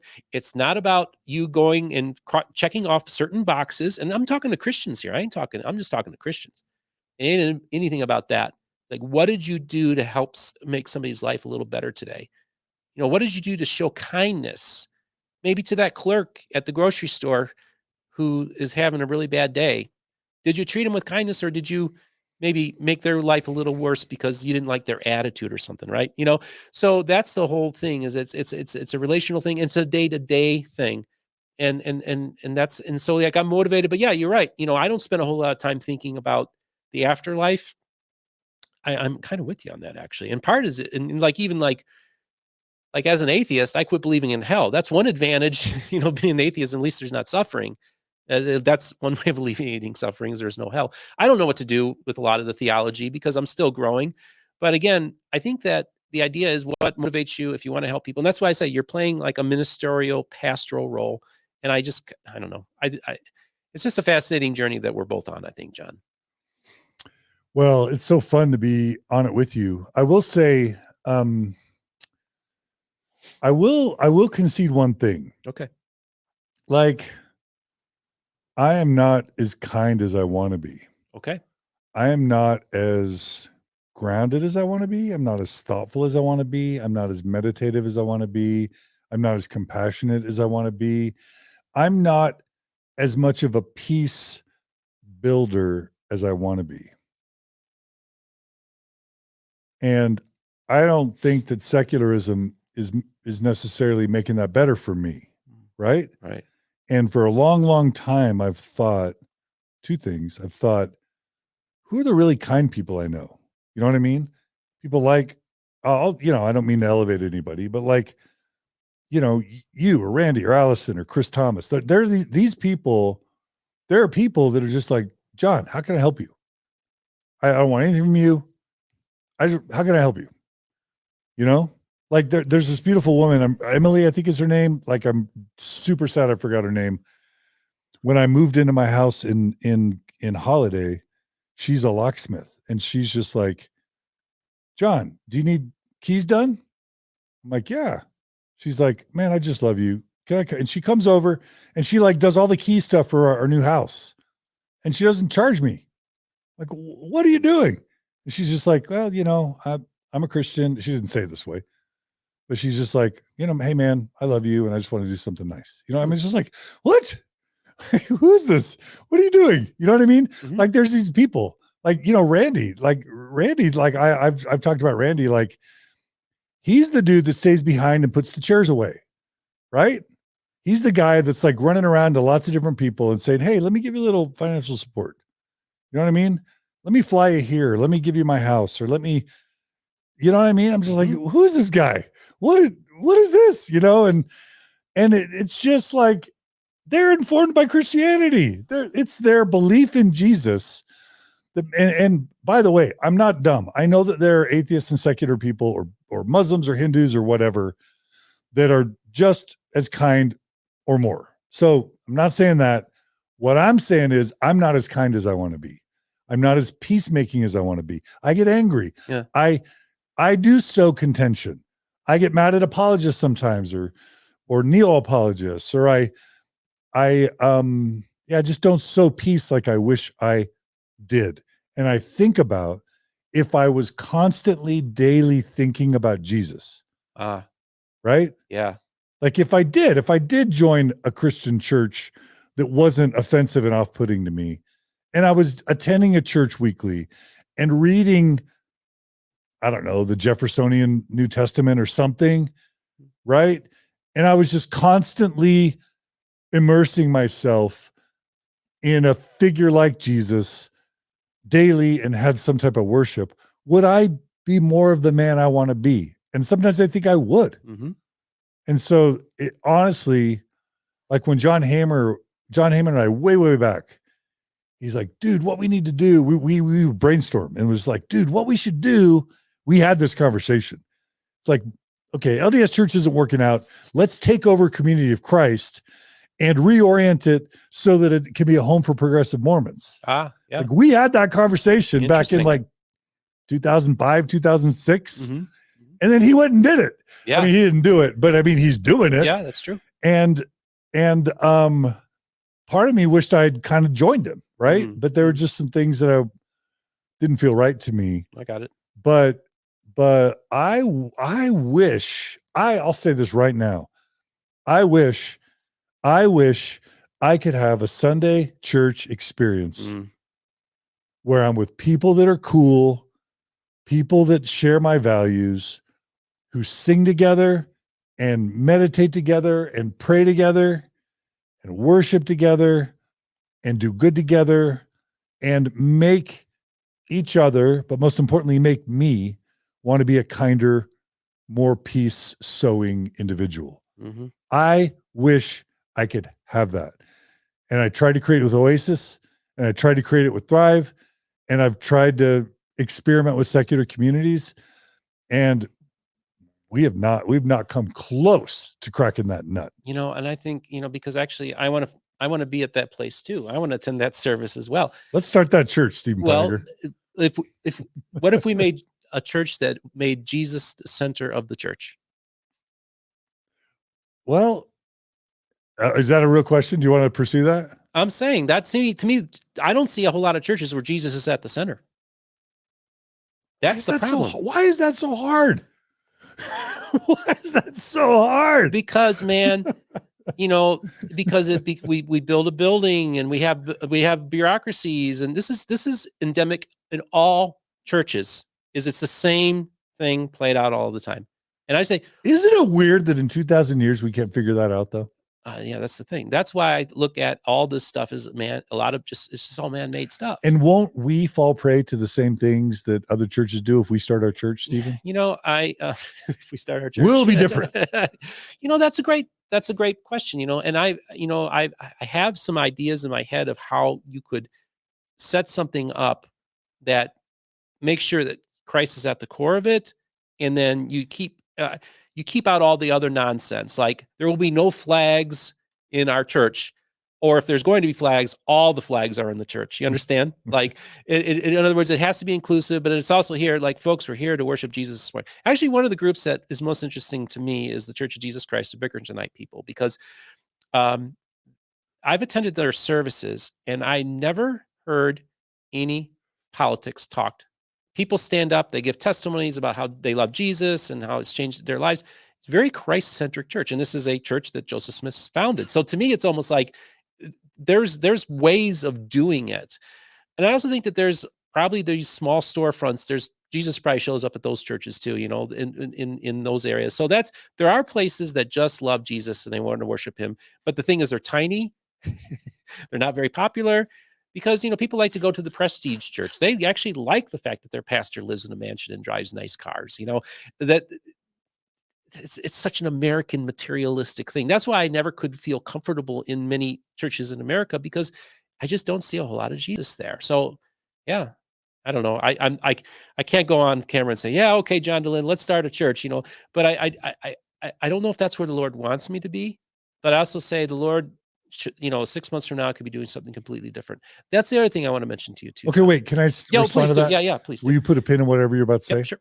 Okay.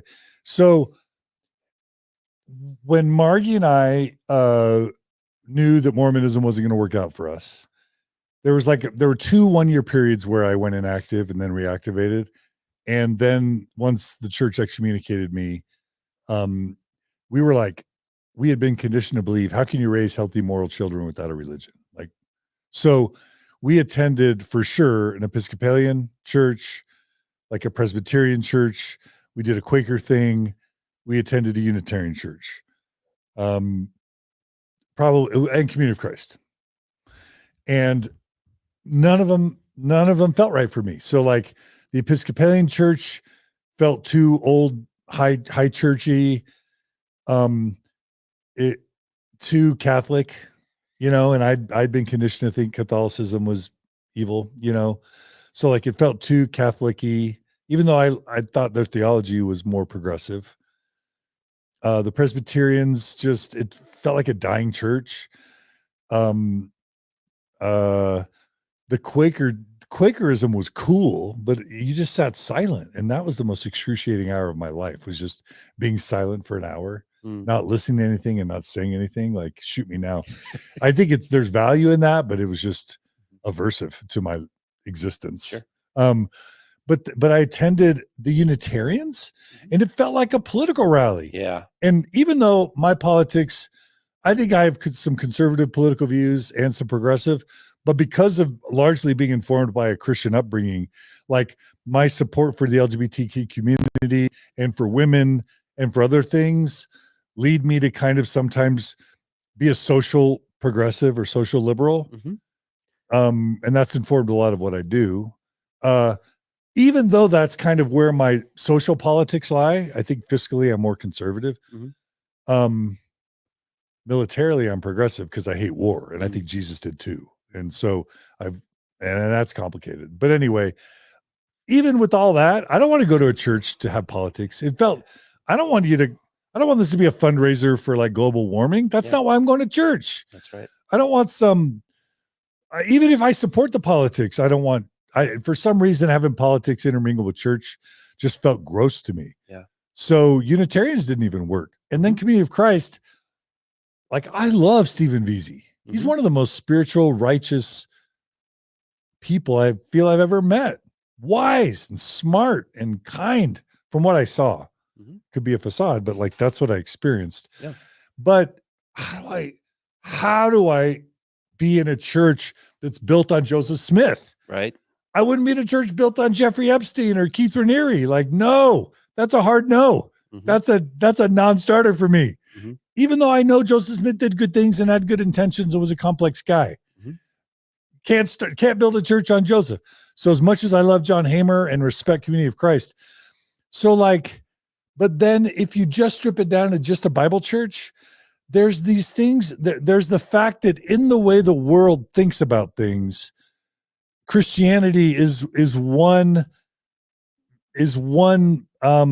world religion that is not all it exists sort of in a separate place than secularism or Judaism or Islam or Hinduism or pick all the other world religions. And then you add to that it's separate from all the others, plus Jesus saying, I am the way and the truth of the light. No man cometh to the Father but by me. Narrow is the gate and few there be that find it. Exclusive. I don't like exclusion. I don't like anything that says we're right and you're wrong. We're in, you're out. I don't like that garbage. Like I know Jesus said it, but I don't like it. I want a theology that's like, we are all in this together, period. Period.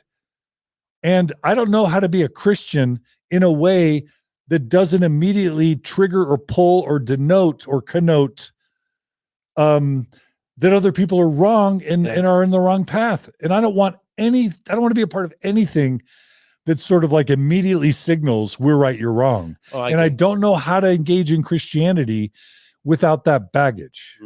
Yeah. I know there's ways to redefine Christianity so that it encompasses the world.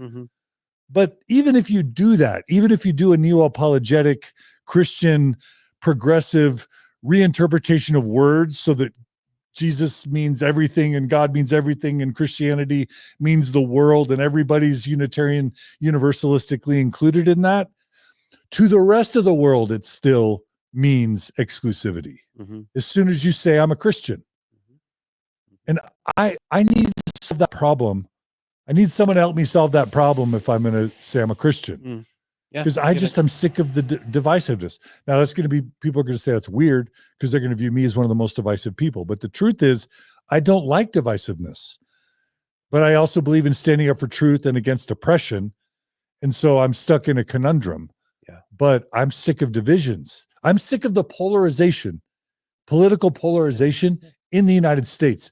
Drives me crazy that we can't agree on, wait, is the vaccine a real is COVID a real pandemic with a real vaccine that helped keep us all from dying? Or is Fauci the most evil person on the world and it's all a fake and it's a money grab from corporations and it's a fake disease that didn't exist? Like 40% of America thinks one thing and 40% of America thinks the other. And those two positions couldn't be farther apart. And same with whether the election was valid or not, or, whether QAnon exists or not. Like I'm sick of this world where super large groups of people have totally different perspectives on reality and can't agree on even fundamentals of reality. Yeah. I know. I'm with you, dude. And by the way, like if you pick those two groups, one of them is a lot more associated with Christianity than the other. I know. And it's a very problematic of the two groups. It's a very problematic group. Now, both groups are deeply problematic. Yes. So I'm not Yeah, because I'm the not. secular religion is just as bad as the Christian religion in many ways. This is the thing. I told you when I was on your program, dude, I left Christianity. I was an atheist. I come back to the village, and the village is a freaking on fire. Yeah, that's okay. right. Yeah. So I see the same things that you see, and I identify them as well. But one of the things I stuck the pin in is that you heard a voice in 2005 or 4. I had a spiritual epiphany right around COVID time. I believe it kind of started when watching with Christopher Thomas, the interview, and it moved me in that trajectory. And then I had this moment where I had this peace that surpasseth all understanding. When everybody else was in fear and they're panicking, I was at peace. I had all the anxiety, depression, all that was removed from me. I believe that in one sense, John, be prepared to hear another voice. And I think that once you hear that voice again, I think that everything will fall right into place. Where none of it made sense to me before, it didn't make any sense why I did all the Mormonism and everything. But now, after everything, looking back at it, it's like, okay, now I get it. You and I identify the same problems. We get pissed off over the same things. And yet I've gotten to a point. See, I think that we're both in parts of our journey. I kind of reached a part where, okay, I feel the Lord's using me, and just to show love. I see us as fellow soldiers in a common fight. I think that we are not only very fight, similar. in a common effort. Dude, there was a person who commented on your page. I remember this person saying, "I'm Church of Christ." This is, Christian restorationist. And I didn't believe it was possible that you could be gay and a Christian. But after watching Steve's interview, I've changed my mind. And I had people contact me throughout the world, Christians, atheists, Mormons, saying, "You rocked my world telling your story." Well, okay. See, this is how it starts. Yeah. Yeah. Hey, man, I like it. That's called faith. Amen. You're showing faith. Yeah. Yeah. I love it. Yep. Yeah. So, yeah. But do we call it Christian? Do we call this thing we're doing Christianity? I think following Christ, you're a Christian. If you're following Christ, you're a Christian. And you know what? You don't let them define it. You define it yourself. I had Christians say, "Well, you're not an evangelical because you don't check off all the boxes." I'm reclaiming the name evangelical. I'm going to use that label. But I am at the center of me. I am a Christian. Culturally, I'm an evangelical. But I want to have Christ at the center of my life, and that's all that I operate under. And I don't care what you call me. I don't care what you think of Christians. I just want to show the love of Christ in me. And you know what? Atheists reach out to me and tell me how much they appreciate. So I know that a chord is being struck with people. And I think that this is how it happens. Because look at it this way. Modern evangelical Christianity is on a collision course, and it's not heading in the right direction, dude. And I feel like in one sense, the Lord has called me because once it's a disaster, once this edifice collapses, we need people like us, like Christians like me, and that will be there to pick up the pieces for all those shattered lives that are going to be happening. Because guess what? The same thing's happening on our side too, John. Exact same thing. And that's why I feel like I was placed at this time. The Lord showed me that the period in the 1990s, somebody told me, I told somebody, I said, the Lord showed me that the period of 2020 to 2030 is going to be called the second great disappointment. Because within all the calendars of evangelicalism, Jesus, we should be in the second or third decade of the millennium now, based on what all the dispensationalist doctrine that was being taught in the 19th century. Once we get past 2030 and we keep on going and going, all of the end time doctrines that are being taught in the evangelical church will become just as much of a joke as the Jehovah's Witnesses end time predictions were. So now we got to be prepared for a post apocalyptic Christianity. In other words, Jesus didn't come when he was supposed to come. And now we have to live in the real world that exists and not this imaginary world that at any moment we're just going to fly away. And I think that's a more adult Christianity. Amen to that. But so I love that. And let me just give you a metaphor. Okay. And this I got from, I think, Richard Worthland, Mormon Apostle. So all of us calling ourselves Christian, let's liken that to all of us playing the tuba. You know where I'm going? Mm-hmm. And that's great. A big tuba orchestra where we all play the tuba. There's super cool things about that. But like, a church of tubas. So what about the violins and the percussion and clarinets? Are they not welcome? Right. So why not have a church? And this is basically, I think, what Unitarianism is, right? Mm-hmm. It's basically saying, let's have a church of like, call yourself whatever you want to call yourself. And Christians, tubas play an important role. So we want tubas in the orchestra. They're a crucial part of the orchestra, but they're not the orchestra. And everyone's welcome. Call yourself what you want. We need Christians, but we also need Mormons and post-Mormons, and we need Jews, and we need Muslims, and we need atheists and agnostics. And it's a church that's an orchestra, not a tuba orchestra. Yeah, but the problem is with the Unitarian Universalist Church is it's just a bunch of aged people. It's a dying church. So okay, so what if they just haven't figured out the right formula? Well, I think the problem is that if you don't define yourself in a certain way and you just let and anything goes, that it just leads to, and again, this is the thing. I'm not about building a new church. I'm not, because these are man-made institutions. I think that institutions that take that position are destined to fail. That doesn't mean that on an individual level, we can't have a place where all are welcome. I think that we can do that. I understand what you're saying, but again, I'm not trying to build an institutional church. I think the body of Christ is all the believers that want to follow him, that want to emulate him, and they want to have Christ operate through their lives, even if they don't even know his name. I think those are his people, and I don't know who they are. You know, I just know that when I see fruits from somebody, then I know, okay, that is a fellow believer, a fellow person I want to fellowship with, a fellow worker.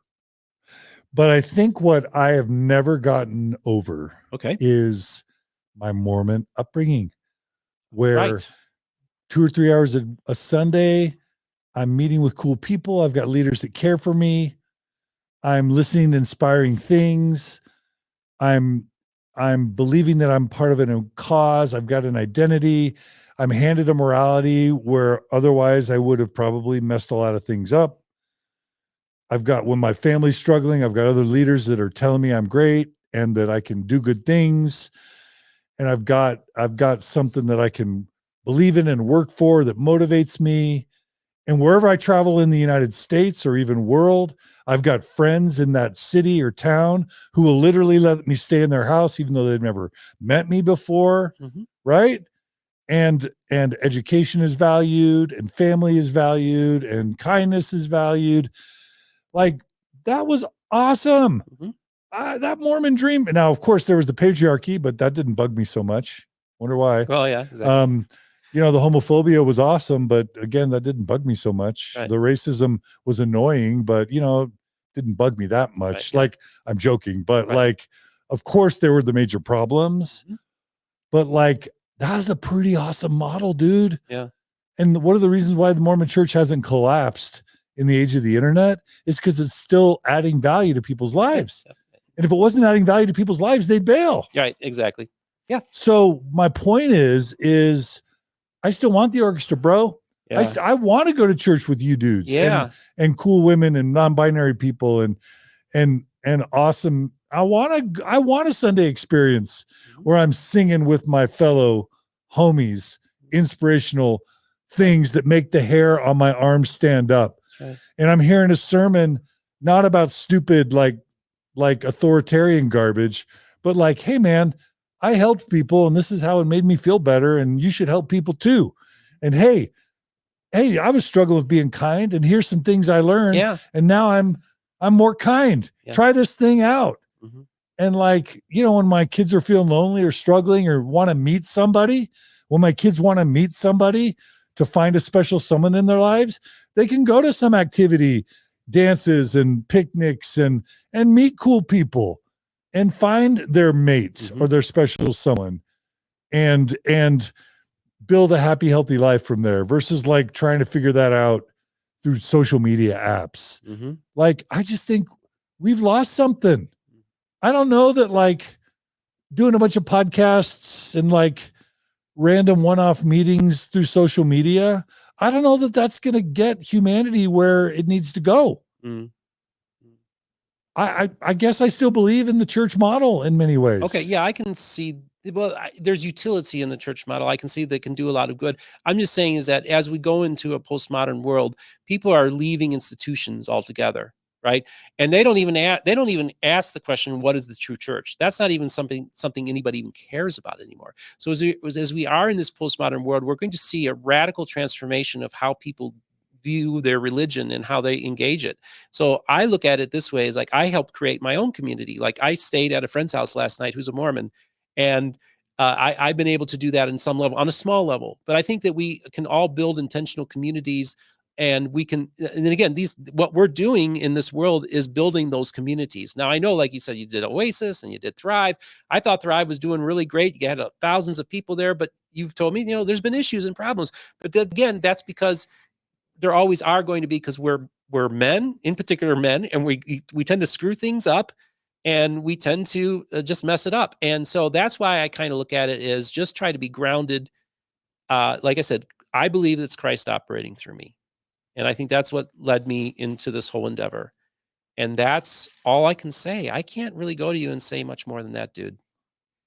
And I want to build a secular / spiritual / religious megachurch that, like, every town, it's like Rick Warren, Yeah, but he's good with everybody, but it's also Rick Warren and their spouse and non-binary and trans partner. Like, I want like this combination new age secular spiritual religious megachurch that, like, come one, come all, yeah, find love, teach the gospel of kindness and service and charity and love and community and friendship and goodness, and let's sing together and have potlucks and bring potato salad or cheesy potatoes with cornflakes on them, or Jello, whatever it is. Yeah. Bring your treats. Yeah. I have get where youth you're programs and Yeah. golden green balls and everything without absolutely. the bigotry. Okay. Why can't we have that? Come on, man. Yeah, okay. You want Mormonism in your own image, right? No. I get what you're saying. And I understand that, because I know that most people have a need for community, like an institutional community, a place that they can go to every Sunday. And I get that. And I think that it's just more, I think it's important. I look at it this way. In one sense, if you have a personal relationship with Jesus and you're grounded with him, then you can go anywhere, any Sunday, and still be in communion with him on a personal, individual level. And so then you just don't let that bishop, that pope, that pastor, or whatever get in your way of having that relationship with Jesus. And that's kind of how I look at it. That's how it works for me. But I recognize I'm kind of a iconoclastic individual. I do my own thing, and I understand that. John, I promised you that this interview is only going to be a couple hours long. And I know that you are traveling.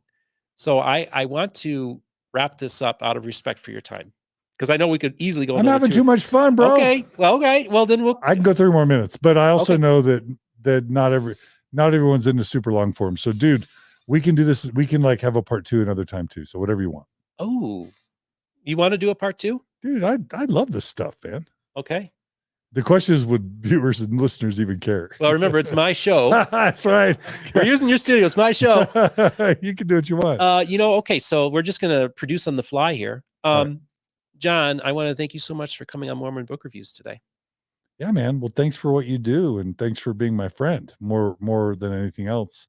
But also, thanks for being a place that can live out the Mormon Stories vision maybe a little bit more than I've been able to, which is a place where Sandra Tanner and Richard Bushman both feel comfortable appearing. That's what I always wanted Mormon Stories to be.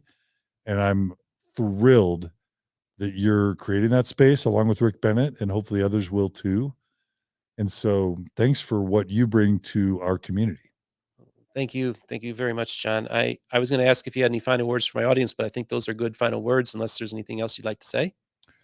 Yeah, man. Help me write a book. Okay. Please. I'm being held captive by my podcast. Help me write a book. I think that this is the episode that launches the John Dehlin book, folks. You watch out for it. And then do you promise a Mormon book review episode on my book if I write a book? And I might even let you come on my show to talk about it. How's that? A couple of things, folks. I first of all, I want to thank John again for coming on the program. I just want to point out that I wore this Joseph Smith for President t-shirt. I bought this at the Red Brook store in Nauvoo, Illinois.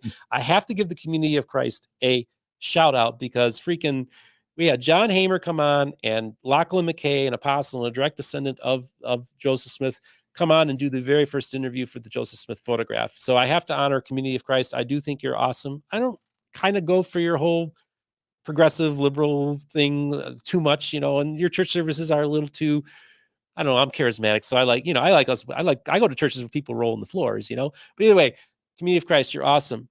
And John Dehlin, you're awesome. Thanks, man. You're awesome. Thank you. And so just want to remind you to like and subscribe, and don't forget to hit the notification button for when a new episode comes out. I just also want to remind you that we are on all the major podcast formats.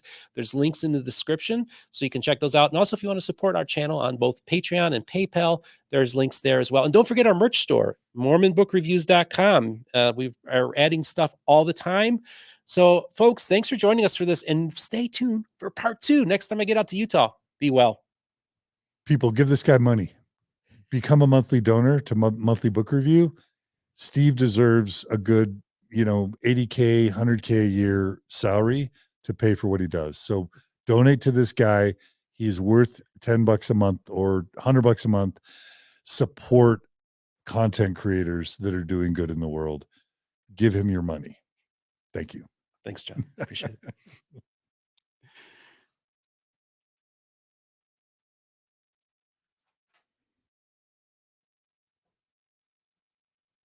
It's green.